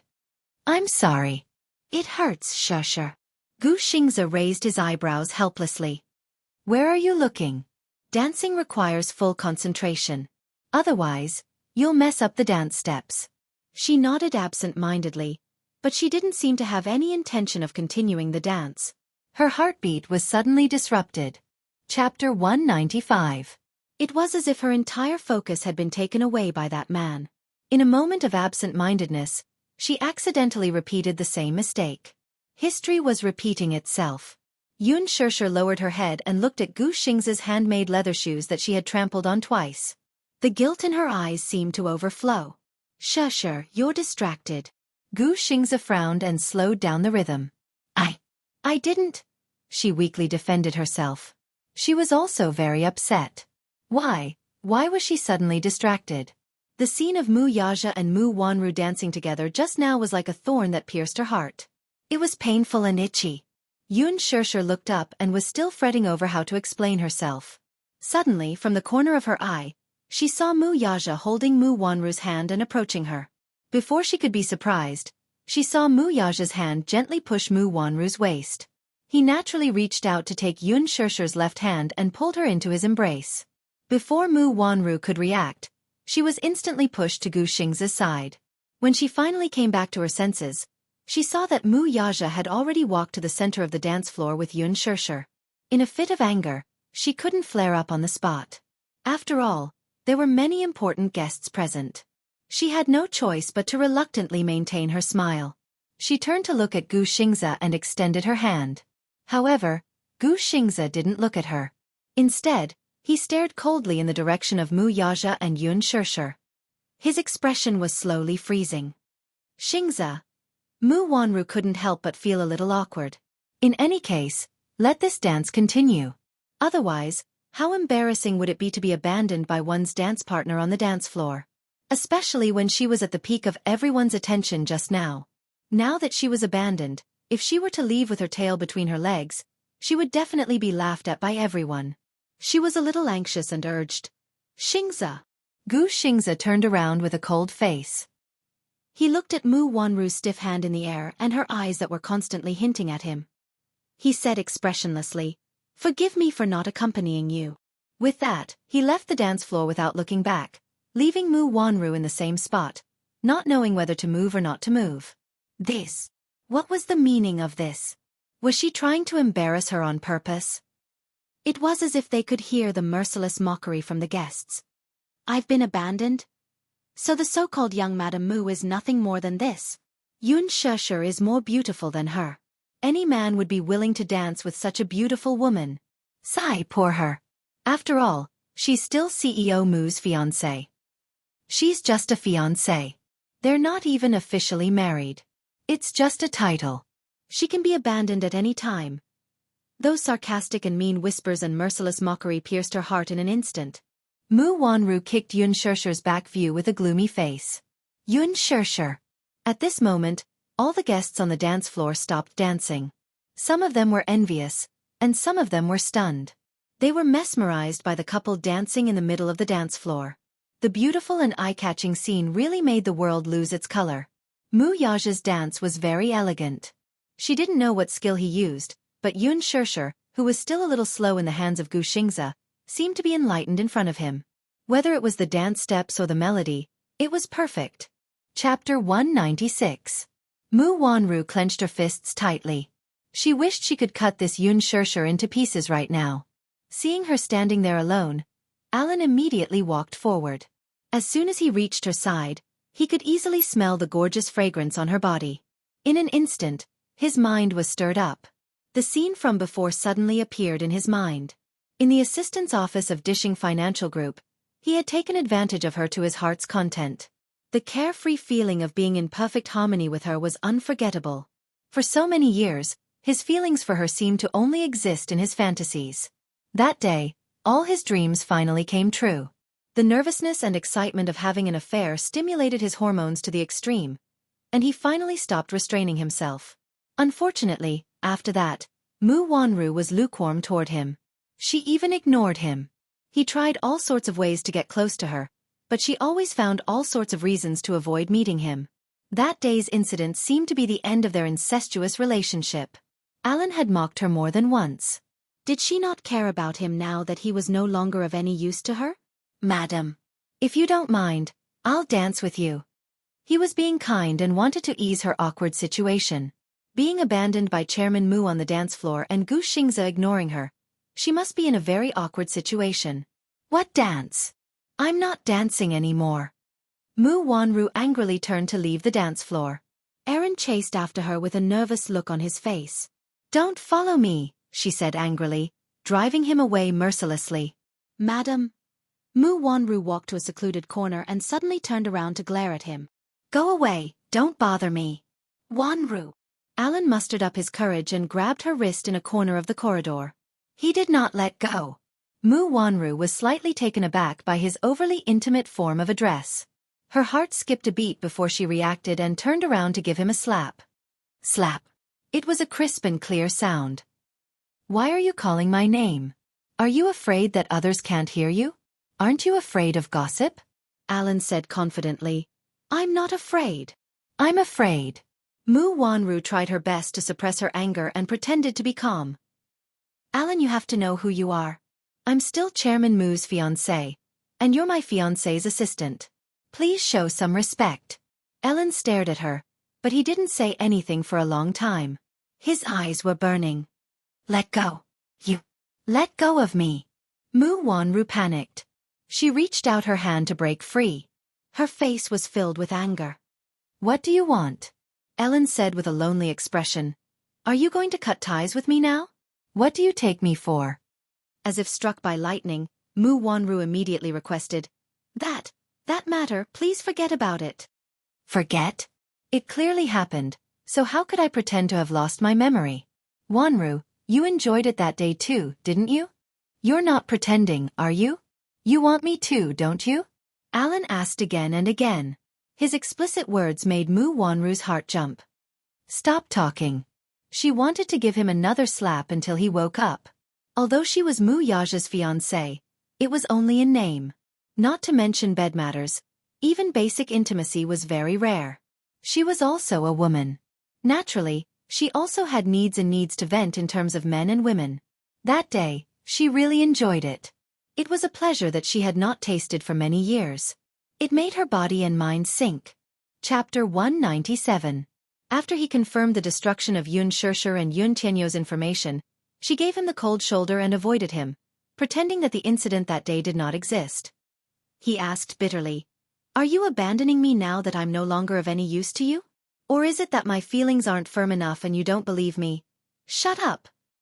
Mu Wanru said helplessly. I can't leave him, just give up. There's no possibility between us. Their relationship was nothing more than a love that could not see the light of day.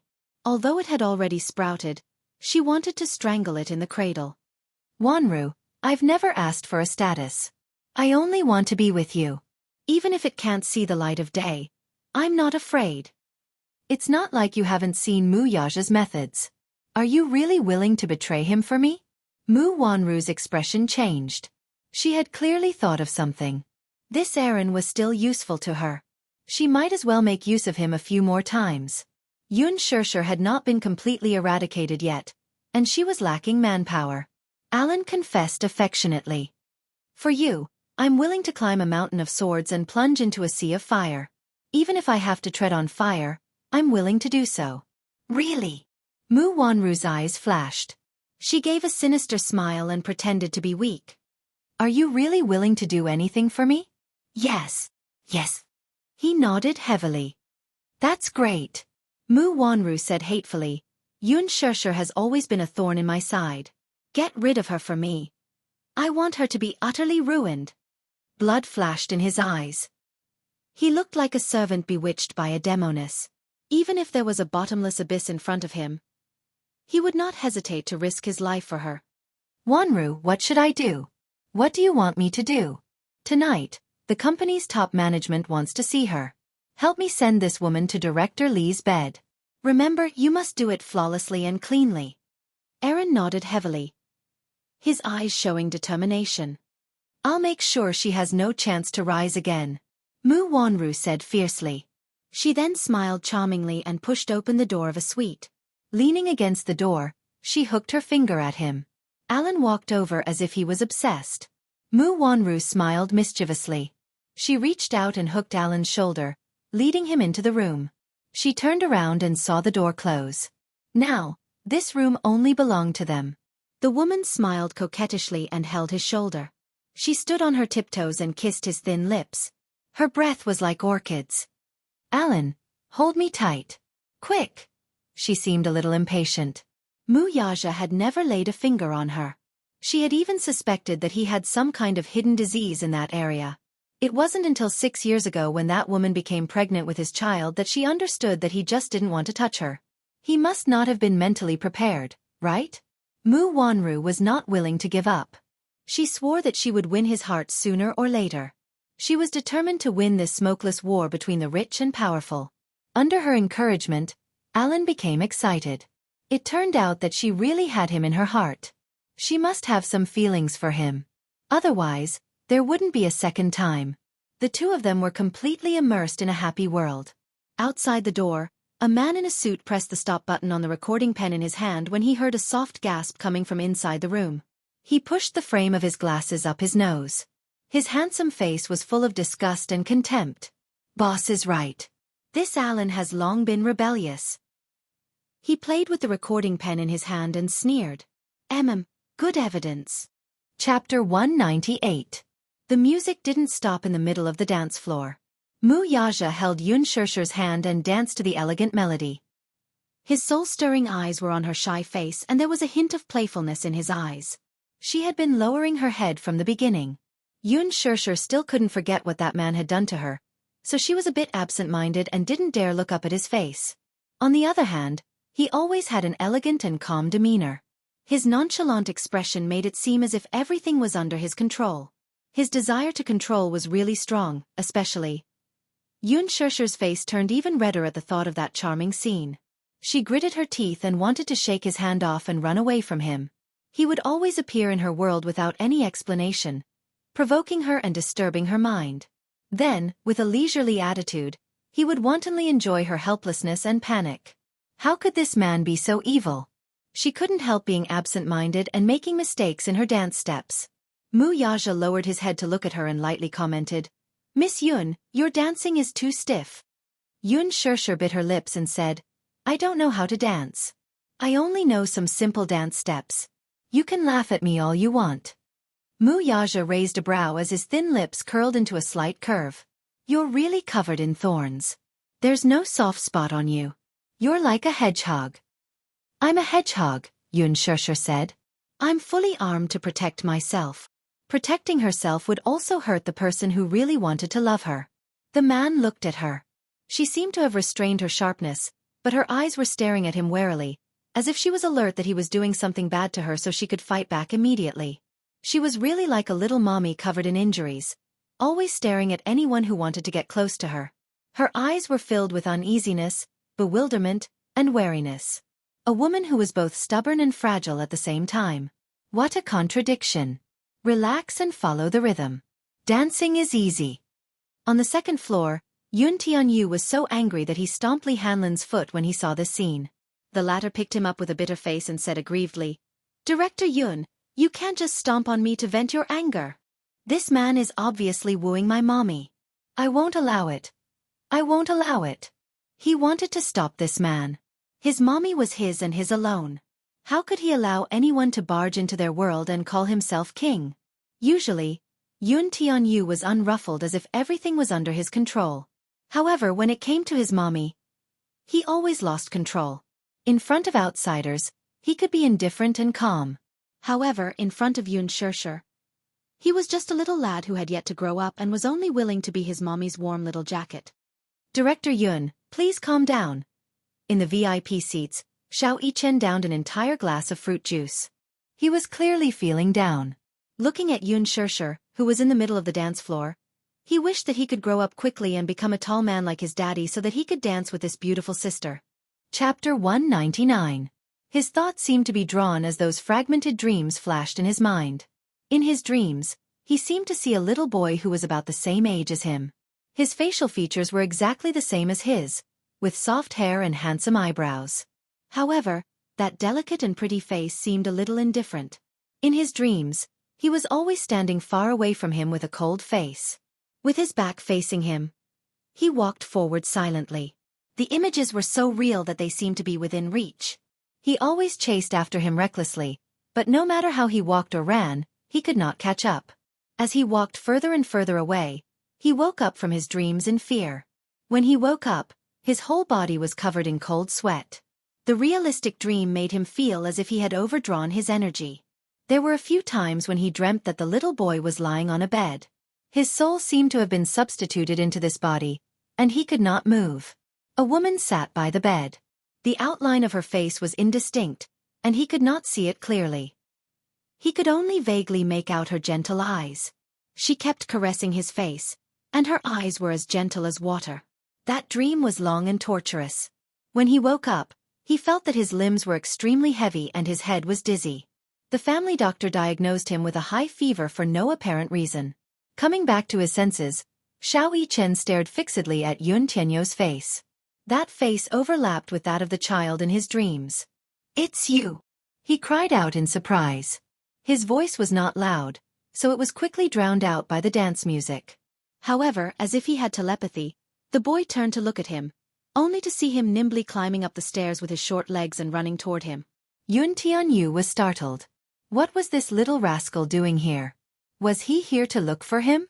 "Director Yoon, that young Master Mu seems to be looking for you." Yoon Tianyu could not see him, but with his height advantage, Lee Hanlin could easily see Xiao Yichen's figure running up the stairs and chasing after Yoon Tianyu. "Let's go, ignore him." With that, Yu turned to leave.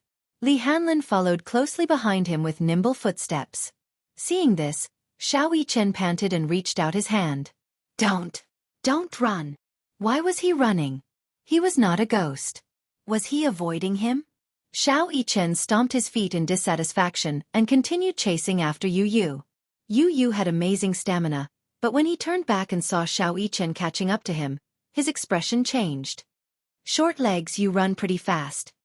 Lee Hanlin held his little hand and said helplessly, "Why must we run, President Yoon?"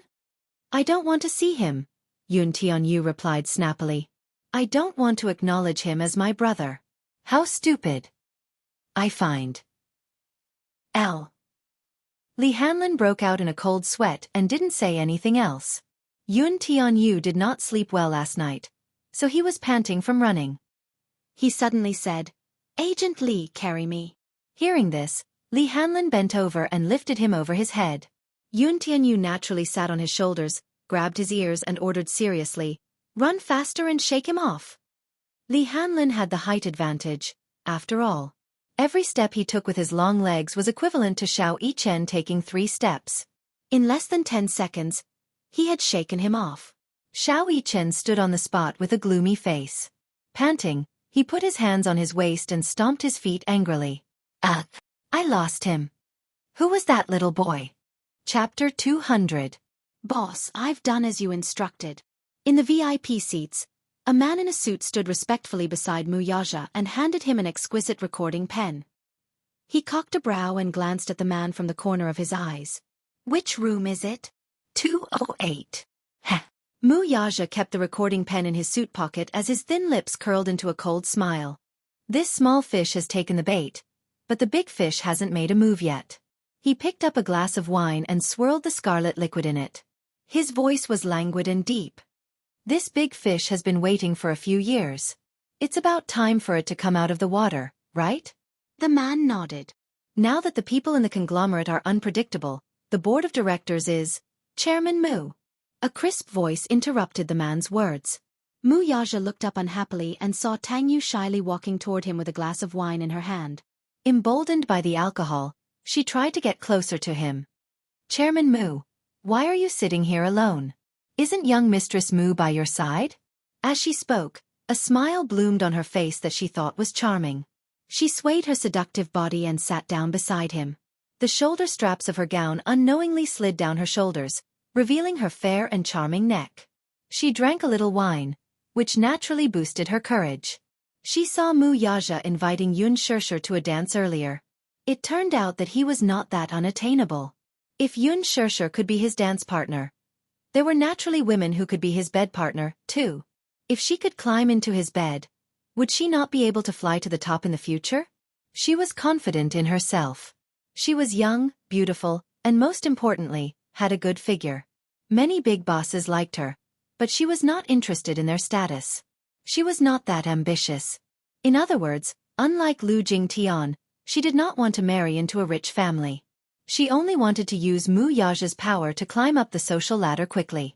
She had been in the entertainment industry for a long time, but she had always been suppressed by Yangmi Yangchang had a sugar daddy supporting her. But what about her? Tang Yu had always wanted to find someone with a high net worth to secure her position in the circle. Therefore, she targeted Mu Yaja. Tang Yu sat down beside him as if there was no one else around. Now that Mu Wanru was not around, she was even more relaxed. Her every movement was full of charm. Chairman Mu, is no one drinking with you? Mu Yaja looked at her. His thin lips pursed and his face expressionless. The man beside her wanted to chase her away, but Mu Yaja raised his hand to stop him. The man was slightly surprised. Seeing this, Tang Yu was overjoyed. This meant, could it be that Mu Yaja was interested in her? Thinking of this possibility, Tang Yu couldn't wait to hug him passionately. Chairman Mu, why aren't you saying anything? How about I have a drink with you? Her coquettish words gave people goosebumps all over. Alas, Mu Yaja was very calm. He flirted with her hair and played with it with his fingers. Is there anyone booking you tonight? No. Chairman Mu, do you mean? Her heart thumped wildly, and she was extremely nervous. Looking at him up close, she was surprised to find him so handsome. She was over the moon at the thought of this man being interested in her. Mu Yaja smiled. Accompany me tonight, then. Chapter 201. Unknowingly, half of the banquet was already over. The media had already cleared the venue, and the reporters had all gone home to prepare tomorrow's headlines. At this moment, the entire venue seemed to have shed its dignified disguise, as if a mask had been removed, revealing the drunken state of the party. It was as if the real cocktail party had just begun, and the real theme had officially begun. There was no lack of powerful and influential people attending this cocktail party. With the help of the alcohol, they all began to search for prey on the scene. At this moment, many female artistes who could not hold their liquor were already tipsy. There was no room for discussion. As long as they picked someone, they would immediately take them away. Many newcomers were ignorant of the ways of the world. After drinking a few glasses of specially prepared wine, they were completely drunk. Yangmi was also drunk. She leaned against Li Jiuxian, and their faces were very close to each other. Without the presence of the media, she was much bolder. She intimately hugged Li Jiuxian's shoulder and whispered into his ear. Han Yuyan glanced at them and secretly used her phone to capture a few images.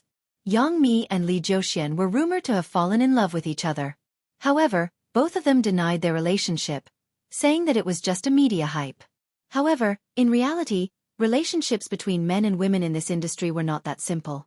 There were many who were too immersed in their roles and turned the fake into reality. However, if Yang Mi admitted her relationship, it would be a huge blow to her popularity. She was not stupid. She was just using Li Jiuxian's great momentum to hype herself up. In a quiet VIP area, Yun Shishir leaned on the sofa. Her entire vision was a little blurry. She did not drink much tonight, but her alcohol tolerance was shockingly low. After taking a sip, her entire face flushed red. After drinking a glass, her vision was spinning. When she came down from the dance floor, Lin Fengtian led a few investors over to her and asked her to propose a toast. Yun Shishir did not dare to refuse. She naturally trusted Lin Fengtian's character. Hence, she did not drink a glass of wine. It was just a glass, but she was already swaying left and right. When Lin Fengtian saw this, he was so shocked that his face turned pale. He thought that Yun Shishir would be able to drink a little.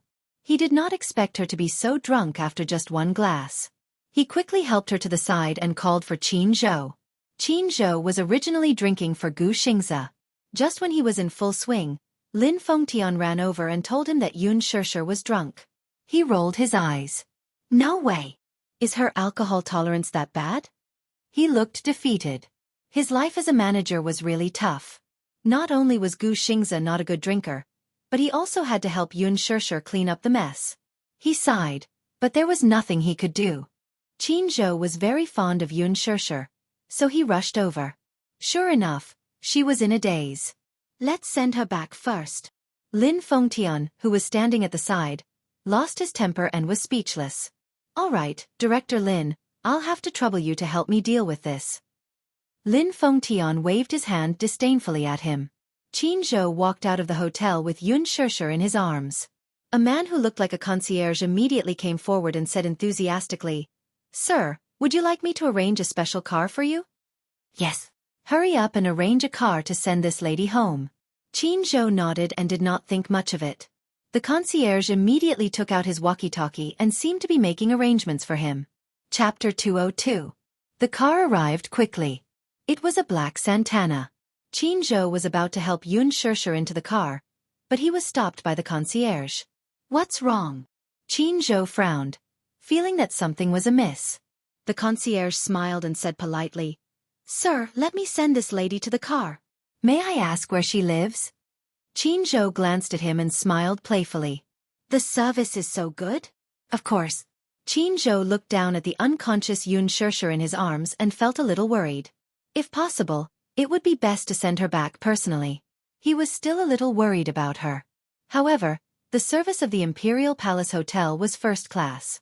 He naturally trusted it and didn't suspect anything.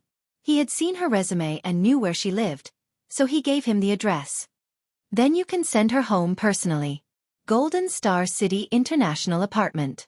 When you reach the door, please help this lady upstairs." The concierge bowed elegantly. "It's my honor. I will send this lady home safely." Qin Zhou handed her over to him. The concierge helped Yun Shishir into the back seat, closed the door, and sat in the front passenger seat. However, at an angle that Qin Zhou couldn't see clearly, he handed a business card to the driver. "Go here." On the business card, it was West Taihu Villa District, the residence of Huan Yu's high-ranking director Li. The latter understood tacitly and naturally understood that the woman sitting in the back row had been chosen by some big shot. The Santana left. Qin Zhou looked at the black car in the distance and felt a little uneasy. He regretted that he should have sent her back personally. However, there were still a few brands waiting for him to negotiate at the banquet. One of the endorsements was the highlight of the night. He must be thinking too much. From the driver to Li Bin, they were all people from the Imperial Palace Hotel. What trouble could there be? Qin Zhou took a deep breath and turned back to the hotel. The black car drove quickly on the road, and the street outside the window flashed by at high speed. It was extremely thrilling. The concierge sitting in the front passenger seat suddenly took out his phone and dialed a number. On the other end, a man's voice came, How's it going? Mr. Allen, Miss Yun Shirshir is already in the car. Please don't worry. We will do as you say. Allen warned. Don't give anything away. Clean it up. Yes. The concierge hung up the phone and looked at the person in the back seat. He saw Yun Shirshir leaning against the car window with her eyebrows knitted. She was obviously uncomfortable. On the other end, Aaron hung up the call and turned his head. He saw Mu Wanru standing in front of the dressing mirror, meticulously applying her makeup. She didn't even turn her head as she asked, "Has everything been arranged properly?" "Yes, Wanru, don't worry. I've already made the arrangements. There won't be any problems. When the time comes, contact with the press to tell them that there's a big story tonight. By tomorrow, the scandal about her will be all over the place." Mu Wanru smiled with a vicious glint in her eyes. The new generation of Phoenix Girl actually slept with a sugar daddy and climbed to the top through unspoken rules. Aaron, what do you think of this headline? This is truly flawless. Alan walked over and planted a kiss on her forehead. Mu Wanru responded enthusiastically, smiling coquettishly. Aaron, your performance today was amazing.